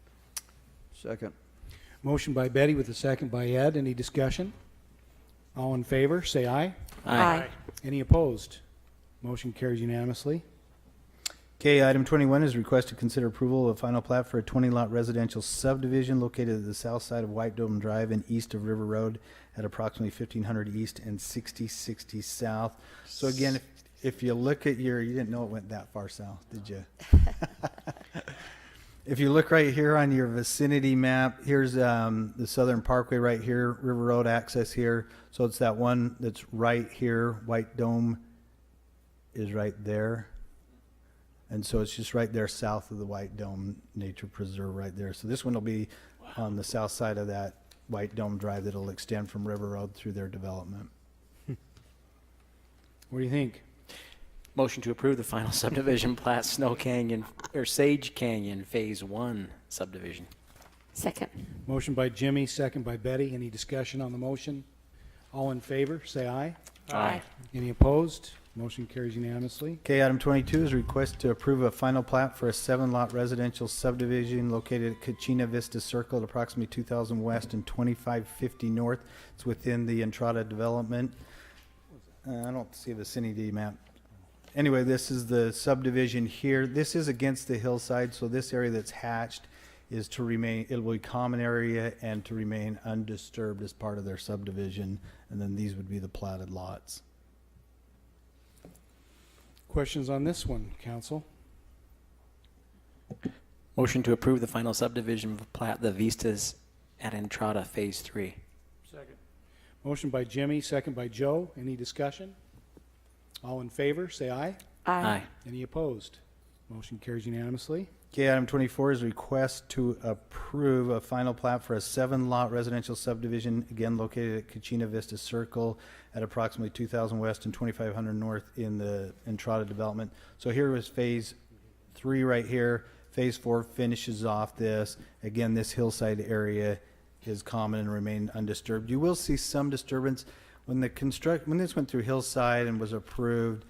They are building a little barrier right there, just to give some added protection for any type of rock fall that might occur. So they'll have to mitigate that as far, but the plans do show for some disturbance right there. Questions on this one at the Vistas at Entrada Phase 4, right? Yep. Motion to approve the final subdivision plat for the Vistas at Entrada Phase 4. Second. Motion by Jimmy and second by Betty. We just decided you came back over the border, Jimmy, because the first time you said Vistas and this time you said Vistas. Vistas. Yeah. Vista, vista. Hasta vista. Any relevant discussion on the motion? All in favor, say aye. Aye. Any opposed? Motion carries unanimously. Okay, item 24 is a request to consider approval of a final plat for a 1-lot condominium subdivision located at 772 North Dixie Drive, Zone of C3. This is one you approved. So this is lot 2 that was vacated out, and now they're coming back and doing a subdivision within that subdivision. So it'd be River Point Way condominiums. Again, it'd be just these 2 would be platted. They would be pads with common area right there and common area for the parking and so forth. Questions, council? Motion to approve the final plat for the River Point Way condominiums. Second. Motion by Michelle and a second by Betty. Any discussion on the motion? Seeing none, all in favor, say aye. Aye. Any opposed, say nay. Motion carries unanimously. Okay, item 25 is request to approve the amendment to the final plat for Sun River St. George Phase 19 located south of the intersection of Horizon View Drive and Woodruff Circle at approximately 2030 west and 4890 south. This is within the Sun River development. The amendment is, and I know it's kind of hard to see, but this hatched area here is now all changing from common area to be exclusive common area, which means it would be exclusive just to this phase here. So it wouldn't be common area owned by the overall Sun River Association. It'd be common area owned exclusively by Phase 19. So it's still one association. Right? This would be to their little area They right have here. their Those own certain Yes. homes. Yep. Yep. So they gating that, or? I didn't realize it, but it was gated years ago. I didn't realize that, but yes, there is a gate, and so riffraff like me couldn't get in there and drive around. Thank goodness. Does that include like a HOA, a separate HOA? Yes, it would be a sub HOA to the Sun River HOA. They have one of those already, Wow. the reflections, Oh, yeah. isn't it? That's right, they do. Yeah. With that new haircut you got, bud, they let you in and it's, you're looking sharp. They'd see through me. Motion to let Michelle go ahead. Motion to approve the amended final plat for Sun River St. George Phase 19 amended. Second. Motion by Michelle, a second by Ed. Any discussion? All in favor, say aye. Aye. Any opposed? Motion carries unanimously. Okay, item 26 is a request to consider approval of a preliminary plat for Blue Heron Estates. It's a 22-lot residential subdivision located between 3000 East and 3210 East at approximately 1965 South. Zone is RE12.5. So here's 3210 East here. Here's 3000 East here. So they'll do a phase 1 here, then a phase 2 here is what they're proposing, and a phase 3 here. This is 2000 South that the city is looking at improving for the new high school and middle school right through here. So they'll be required, this is just an old chip seal road, and so they'll be required to improve that portion of 25 feet along 3210 East along their frontage with phase 1. Cameron and I have visited and talked about putting using some of the traffic impact fund to then improve the rest of 3210 along that east side. This is an existing home here. It's about a 2-acre lot. So it will never be developed, the roadway, unless the city does it, because they're already established. So we're looking at using some funds to help get the road built up to this point, and then development would take care of their portion on that point right there. So what happens to the other half of the road, where the development is? So they'll do it, so we'll do probably the full width through here. We could look at doing it all the way through here, because their lot does extend up to here, and then they would do the rest of the road right through here.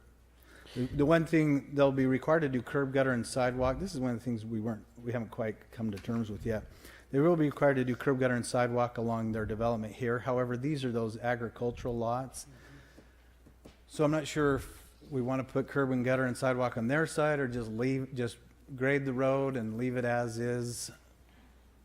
They do have a large swell. We were out there and met with the property owner. He has a large swell on that side of the road on his property that looks like it conveys the drainage that comes off of the road right now. So these are good-sized lots, Jimmy. And then when they do phase 3, then they'll have to finish the improvements on 3000 East here. There's about 30 feet of asphalt on the west side of 3000 East, which leaves about 37 left to be developed. The developer would be required, as any subdivision, to do the 25 feet, and then the city would have to then finish the rest of the road to get the improvement and get the roadway built to its 65-foot asphalt pavement width. And then at that time, we'll have to deal with the ditch too, whether we pipe it or whether we put it in a drainage, kind of like they did down there at the school, and leave it open. The challenge is there's a trail that comes all the way along here. It's a 10-foot trail, and so it's easier to pipe it because the trail fits, because you'll have double fronting lots with a 10-foot landscape strip and so forth along here. So if you pipe it, the trail's easier to put in there. If you leave it ditch open, we'll have to finagle a trail through there somehow. How far up on going east? How far to the north is it before there's that other subdivision that's just going in So you got you have 2 parcels here that are about the same size as this, and then right above that's that Tim Kenny piece that came in recently. Yeah, so right, so they're not too. Then on the east side, have they done curb and gutter on the Washington side where that new subdivision is? Are they I doing? think they have. I'm pretty sure they have. So the road will be to there coming from the north So as you side. come south on the Washington side, you'll have full curb gutter and those kind of improvements. It's just that once you get into the St. George, it's still, a lot of that property is still zoned agricultural, which, do you put in leave it right as a rural cross section, or do you go more to the urban and have curb and gutter and sidewalk along there? Right. This is in that magic area. Now these are RE 12.5. That's the minimum you can go and still have animals. Right. It's already zoned. Right. So As it relates to the Right. 3,000 though, I think we ought to put a pipe in there. Okay. Nobody will take care of that if it's an open ditch. Look down the street a little further to the north. And somewhat what they did on the school property is what they did is they put a low flow pipe in there, a 48-inch pipe. So if you see that ditch underneath, it's a 48-inch pipe that takes the low flow, and then a heavy event that's supposed to then rise up and fill that in to allow it to drain through the ditch. So that's a possibility too we could look at, which would leave the ditch rarely used except for in a large storm event. Is it a dirt ditch or a grass ditch or what? Theirs they rocked, and so you could No, rock that it. might work. I just hate to see us, Yeah, it's But a what good do you question. I don't want tumbleweeds. But what do you do Right. about the trail? Yeah. You'd have to finagle the trail maybe down inside there and allow it to be flooded at certain times. I don't know, that's a good question. So Otherwise, then you start encroaching into their property more to fit the trail in there to get it up through there, and that's part of the challenge. can the trail be over the pipe? Yeah. Mm-hmm. You could Kinda put it like down our in the bottom of that. sewers You could put it. going under the road. But how big of a pipe are you talking? I don't know. Like I said, the one underneath down by George Washington's a 48-inch. Where they came up with that size, I don't know. So far, no problems. No, I don't think so. I don't think we really had any problems with that I know of. Mm-mm. Do the ducks make it through there? I've never seen. A lot of ducks in there. That's a 48 good size. inches is a big pipe. That's- Yeah, it's a good big size. pipe, and But it's you- a big, it's a big ditch too. I Ditch. mean, when that thing fills in, it'll convey a lot of And water. there is water in it all the time. Yeah, there is. Yeah. It smells wonderful. Yeah. Oh yeah, I love it. But you don't really notice it in the ditch because I think the 48 carries the most of it down underneath that ditch, and then as it comes northward, then it comes back out and daylights back into the ditch. So I don't know. It's a good question. Wasn't there kind of a long-term plan to have that all in a pipe along there? but it was just very expensive. Yeah, it is. It's very, very expensive. I think one time we ran the numbers and it was like $4 million or something. Yeah, that's I think how I it was remember. 7. And it I could don't have know, been. it was a lot. It was a lot. So just so you're aware, so the plan is, so if you look here on your map and you come up, man, I can't even see this. That's okay. neither Somewhere do if you come up north and you come up 3,000 east, the plan is the ditch or this ditch here is to turn and head over to where the church property is, right there above Don Rawlings' property, just a little right there. The plan is to take that ditch and curve it and then run it along 3210, and there's that new LDS church that they're building right there, and then you got the school in Washington. Plan is to leave that ditch open all the way along 3210 and then take it into the ditch along Mall Drive with a low flow pipe. And that's kind of, just so you're aware, that's kind of what we talked about with the church, is we've asked them to dedicate 30 feet of property along 3210, so in the future that ditch can be built, and we'll do a low flow pipe there as well. And But the again, you have the and the same problem trail. there. You have a trail, That's and right. so you got to get it up through there too. Your water table out there, how, Oh, it's high. you know, Only when it rains. Yeah, 6 feet. So that's the other challenge you have on this one is they'll be required to run a water line, hook it in here, because the city only allows for a 600-foot dead-end line, the water line will have to extend, it'll tie in here, and that has to extend all the way through the subdivision and into 3000 East as part of this first phase. Is that going to be as hard to keep in the ground as the last one we did down there? Well, the water won't, but their sewer does come out this way, and it'll tie into 3000, and that's... Is that already in? No. Yeah, it's going to be a My tough dad one. would say the best of British luck. I don't know what it means, but he always used to say that. So, is this a staff recommendation then? You Well, we're confident for we can do what sure, we need I to mean, do? we're recommending that we finish the road at least up to here, whatever they're not required from 2000 up to here, because again, why not do it while they're doing it? Because there's no development that'll come on that east side. Now, whether or not the council wants us to develop it like an urban road and put curb gutter and sidewalk on both sides, or whether we want to just leave it alone for now and just see how it develops out. I don't think we need to develop it with curb and gutter on the other side, do we? I don't think so. You'll have a bunch of cows running around there anyway, you know. Okay. Okay. We'll just pave it. Any other questions? This is that interesting area there, but it's already zoned for this. Right. And if staff This thinks is a preliminary plat, It so is hopefully preliminary. some of these things will be ironed out a little. All right. And I want you to call me when you see a heron up there. Especially a blue one. Hey, I see one along by my place at the Virgin River. No way. Yep. There's some that look like a heron. I don't know if they really are, but I wouldn't know what one looked like anyway. there's some You'll know. strange birds that land in there. I'm not kidding. Yeah, we call it a pterodactyl, but it's a blue heron. Just right in that area the other day, I saw one that was. Yeah, At first, I thought it was a stork, but then I had to look at it closer. they're cool. Was that a motion? I don't think so. I don't either. Jimmy, you gonna make the motion, or would you like me He to? It's really can't, so painful. go ahead, Ed. Yes. Mayor, I make the motion that we approve the preliminary plat on the Blue Heron as articulated with the roads and the conditions And as staff has recommended. and staff is recommended. Okay. Second. Motion by Ed, second by Michelle. Any discussion? Do we have to put that part in that we leave the east side of the road Yeah, we'll just leave it up. without curb and gutter? We'll just pave over there and then roll it off into that drainage ditch on that east side. If that's clear, then Yep. good. All in favor? Or Jimmy? Just one other question: have we talked to the homeowners on that side about what if they What their plans might be? preferred You know, curb and gutter? I didn't that day. I was kind of late to a meeting. I was afraid it would launch into a lengthy discussion. I can go talk to him. Well, so what about around the corner where we're redoing the? We're not putting curb and gutter in I there. don't think so. I think Yeah, you're just we're good. paving. I think Sorry. you're just paving. Sorry to delay that. We're good. It's okay.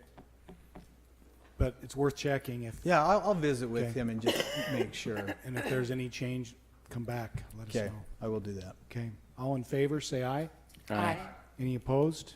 Motion carries unanimously. Okay, item 27 is a request to consider approval and amended preliminary plat for a 22-lot residential subdivision located approximately Desert Point and Rim Runner, zone is R110. The amendment to this one was they added a lot and right here. So this lot right here is just one big lot with the staff coming back. That's what the way it was originally presented, and it went to about here. Now they've added another lot, so you'll have two lots off of that staff. They'll both be flag lots, and we'll just have to work out ownership and maintenance of that staff with the two lots as far when the final plat records. Okay, any questions on this one? Desert Plateau Phase 6? Yep. Motion to approve the amended preliminary plat for Desert Plateau Phase 6. Second. Motion by Michelle, second by Joe. Any discussion? All in favor, say aye. Aye. Any opposed, say nay. Motion carries unanimously. Appointments. We have a few. We do have a few. We've been asked by the cities of Santa Clara and Ivins to get our Sand Hollow Aquatic Center board up and running.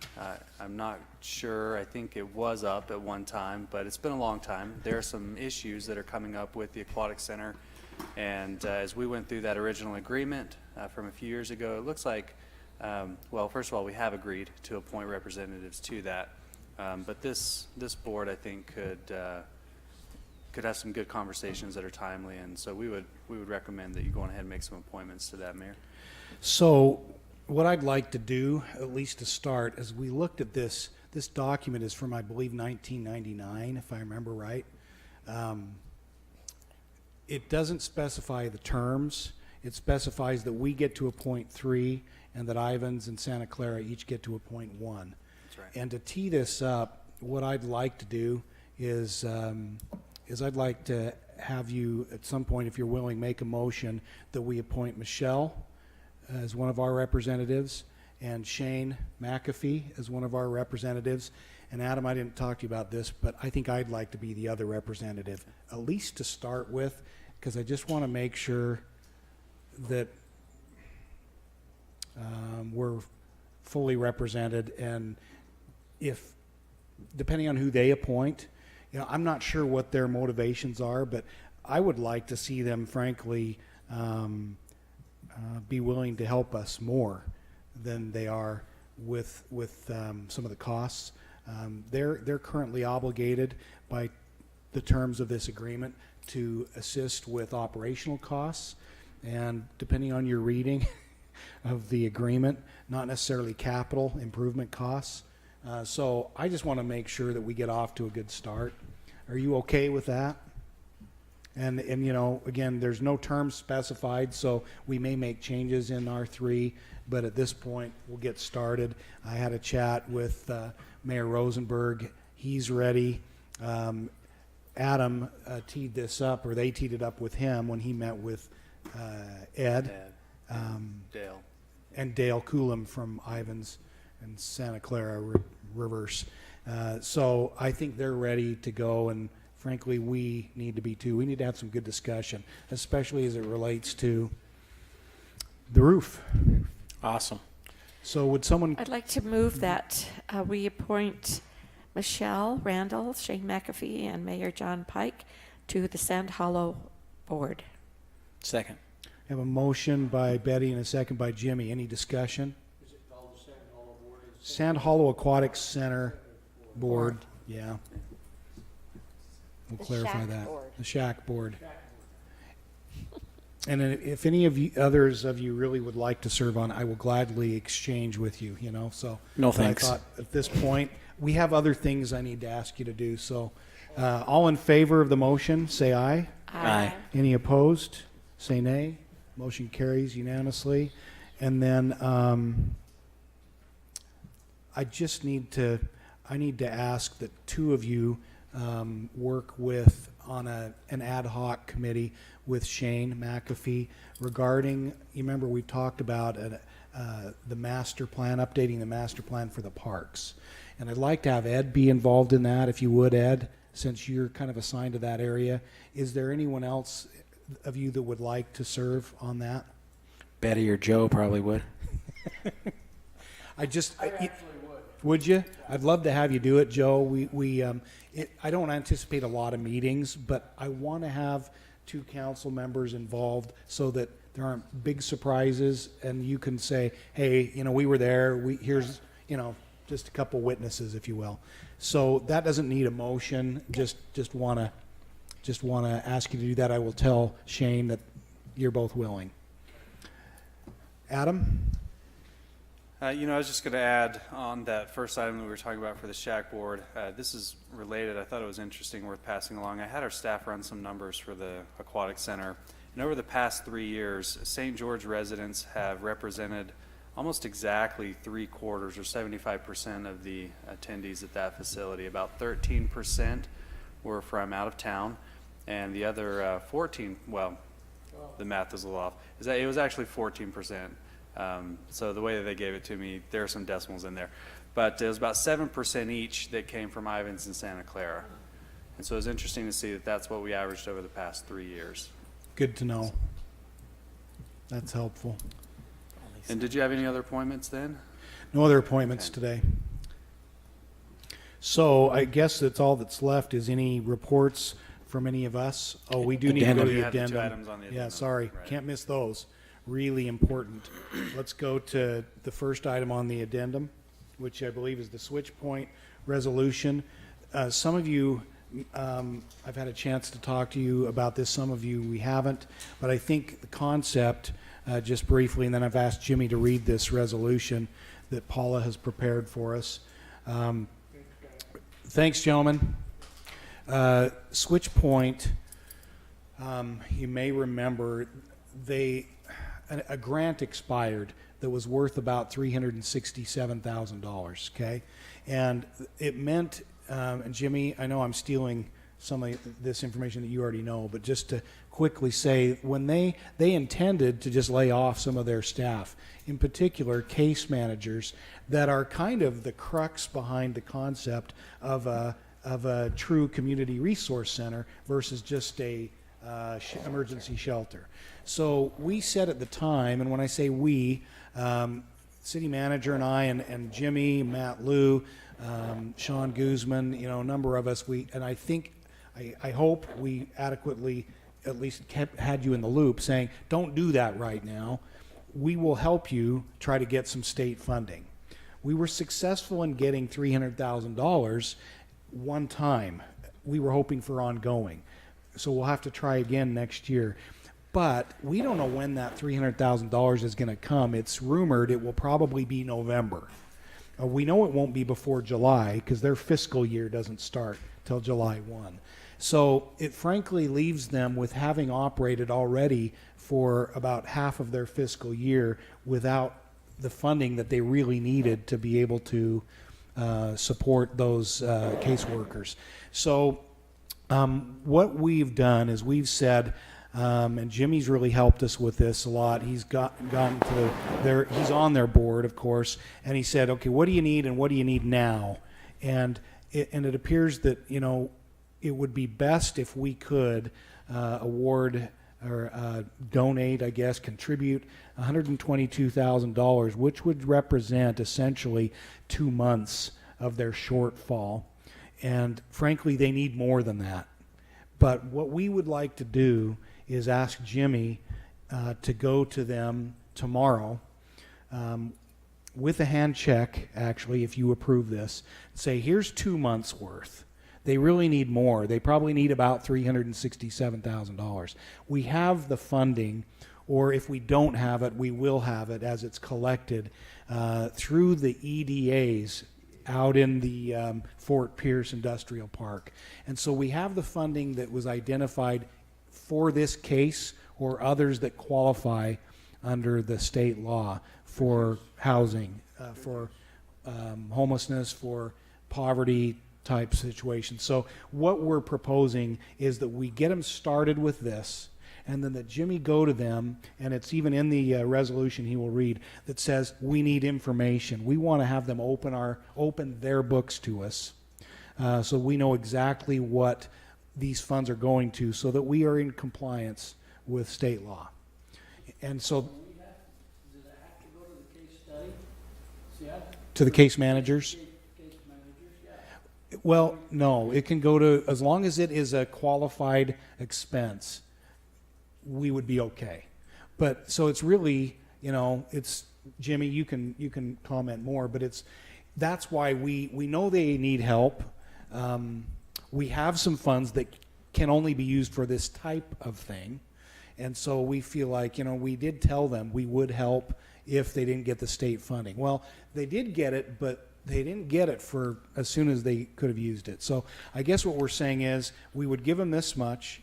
They open their books. They come and meet with Dee and Trevor and a few others, Adam, anyone else that they want to bring, probably their accountant, so that we are all on the same page with what it's going towards. Right. And then we come back, or they come back and say, we want or need more, and here's how much more. We also will use that as a chance to explain to them what Jimmy already knows, which is we don't have an endless, supply, and we all know that. But even of these funds, we were earmarking some funds totaling about $500,000, I believe, to go towards the Riverwalk housing development that would help build those 60 units. So we want to make sure we don't, disadvantage them on that side with this, by spending $61,000 a month for the next 6 months. So we want them to understand our situation. We want to understand what the money's going towards, and then they could come back and request additional funds if we're so inclined. And Mayor, I would, sorry, go ahead. No, I was just going to say Jimmy's going to oversee this as a board member. He already is, but yes, and Matt. Matt's on the board as well. Yeah. And so just so you know, and I don't want to cut you off, Adam. So the board didn't come to us and say, hey, we need some money. They were trying to do the responsible thing when the funding wasn't where we thought it would be and say, okay, this is our budget for the year. We know we're not going to have it, so where can we cut? And really, there's certain things that we can cut and certain things we can't. It came down to some of our biggest expense comes down to employees, and we need, we have several caseworkers there. We needed to cut several of them, and so it was immediate. We need to cut them. Well, so I kind of took that as, wait a second, and I talked to Gary at the time and said, hey, this is what's going to happen. Do we really want that? Gary said, I don't think so. Let's talk. And so that's when we got the mayor in, and we actually met with Senator Ipsen and said, what do you think? He said, yes, I agree with you all. Let's get some money. Don't let people go. That's the whole idea behind SwitchPoint. Case management is the key. It is the key to get people on their way, not just saying, here you go, stay here as long as you want. It's, hey, what can we do to get you to be a contributing member of society and to get you where you want to be in your life? Yeah. The whole switch. Yeah. You will. Yeah. The whole idea is to switch. It's the railroad track. It's a point where you come to a place where you're going to change the direction you're going. So really, it wasn't SwitchPoint coming to us. Now, lastly, we got a little delayed on the project, the Riverwalk project. That project will provide another source of income for SwitchPoint. That's one of the ideas behind it. Not only, it's multifaceted. It means we'll be able to put people there for longer term housing, and because we're the managing, we're going to get some income from that, basically. As well as we get income from the thrift store. You'd be amazed. And when you see the budget, and when we delve into a little more, you're going to see that this board really does a good job of raising private funds and doing other things to raise funds. It's not just all grants. The need's not going to go away. It's there, and we need to be responsible. And in all honesty, we all the focus on homelessness is going up north in our state, and that's just the truth of it. I mean, that's not bad mouthing anyone.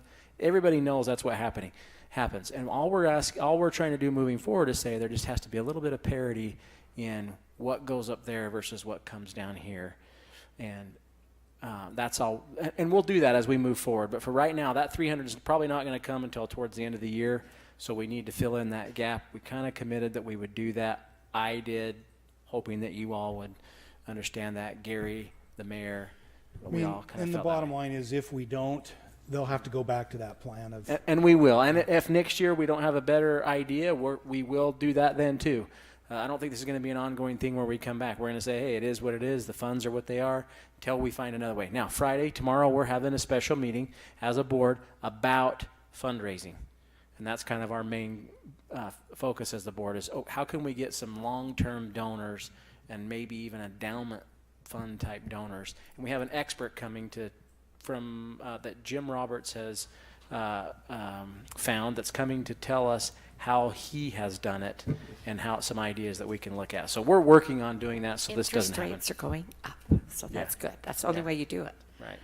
So, thanks, anyways. Jimmy. Adam, clarification? Yeah, I was just going to clarify that if we were to provide the full $61,000 a month for the 6 months, we will have some cash flow problems. Now, it's nothing that we can't figure out. We'll probably end up just borrowing from another fund, and so we would come back later or possibly into the new fiscal year.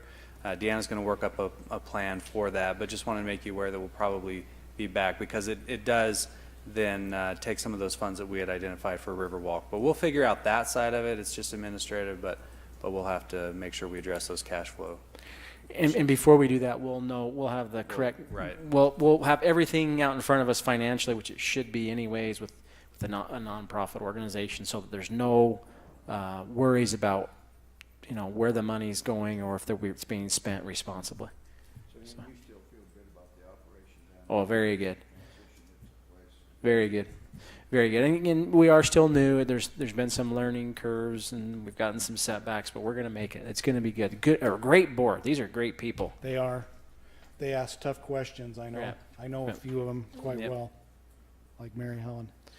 So, Mayor, would you like me to read this whole resolution? I mean, you've covered most everything in there. Do you want me to still read it, or is it necessary that we Well, read the entire No, thing? it's not necessary to. You've covered all the points. Did you all get your copies of it? And the amount is $122,000 for now, and then that gives us a couple of months to discuss that. And So just read the last point in terms of the records and stuff, which I know we've covered, but yes, the request by Switch Points for $122,000 for shelter services for the homeless is hereby approved and shall be paid from the housing fund of the City of St. George. Switch Point shall provide the city with any and all financial information requested by the city to verify the funds meet the requirements for expenditure of funds from the housing fund of the City of St. George. So moved.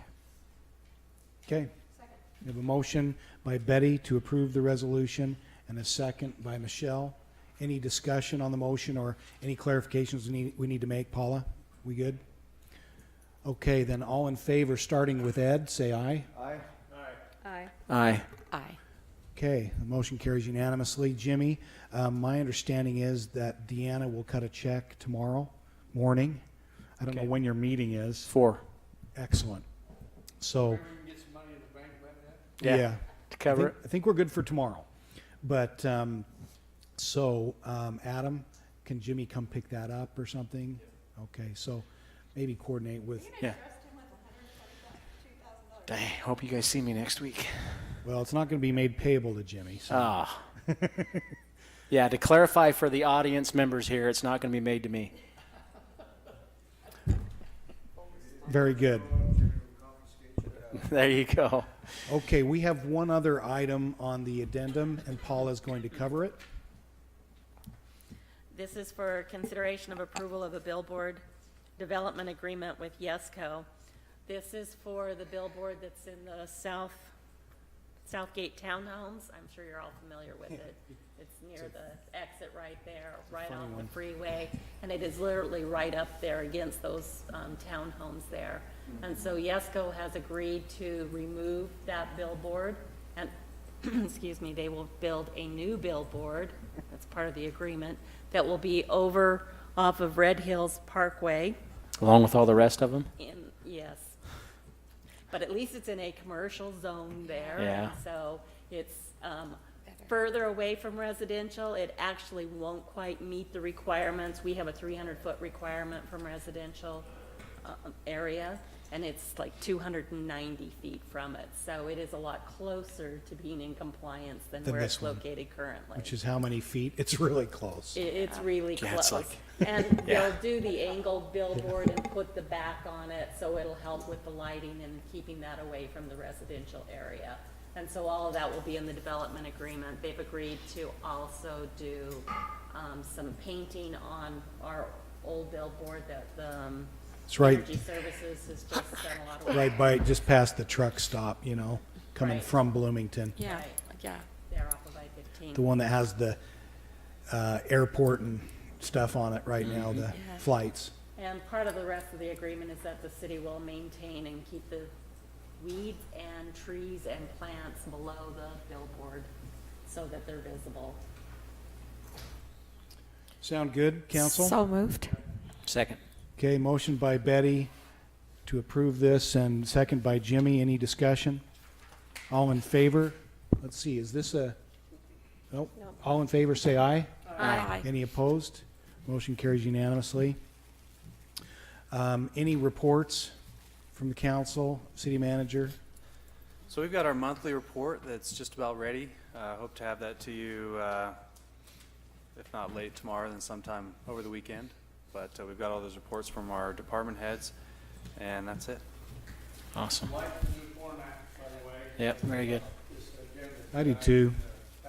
I do too. Thank Sometimes you. we get kind of Lost. stuck in our, yeah.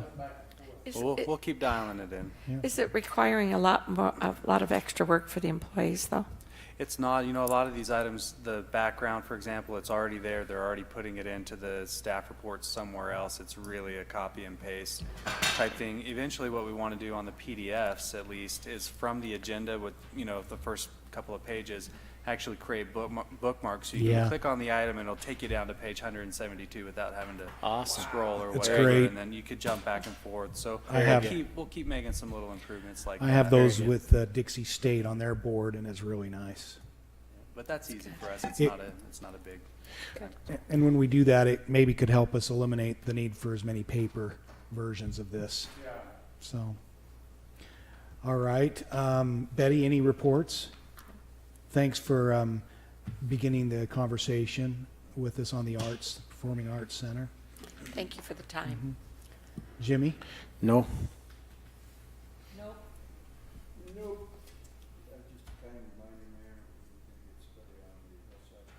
Yeah, I know. I need some suggestions. So let's talk about that. Maybe, Joe, if you have any ideas from the building community, or I don't know, we just need to talk about. It's an idea. Yeah, I'll get with you, Ed, and we can talk through it. Okay, if there's nothing else, we need a motion to adjourn. So moved. Second. Motion by Jimmy, second by Michelle. Any discussion? All in favor, say aye. Aye. Okay, we are adjourned. Unanimous. Thanks.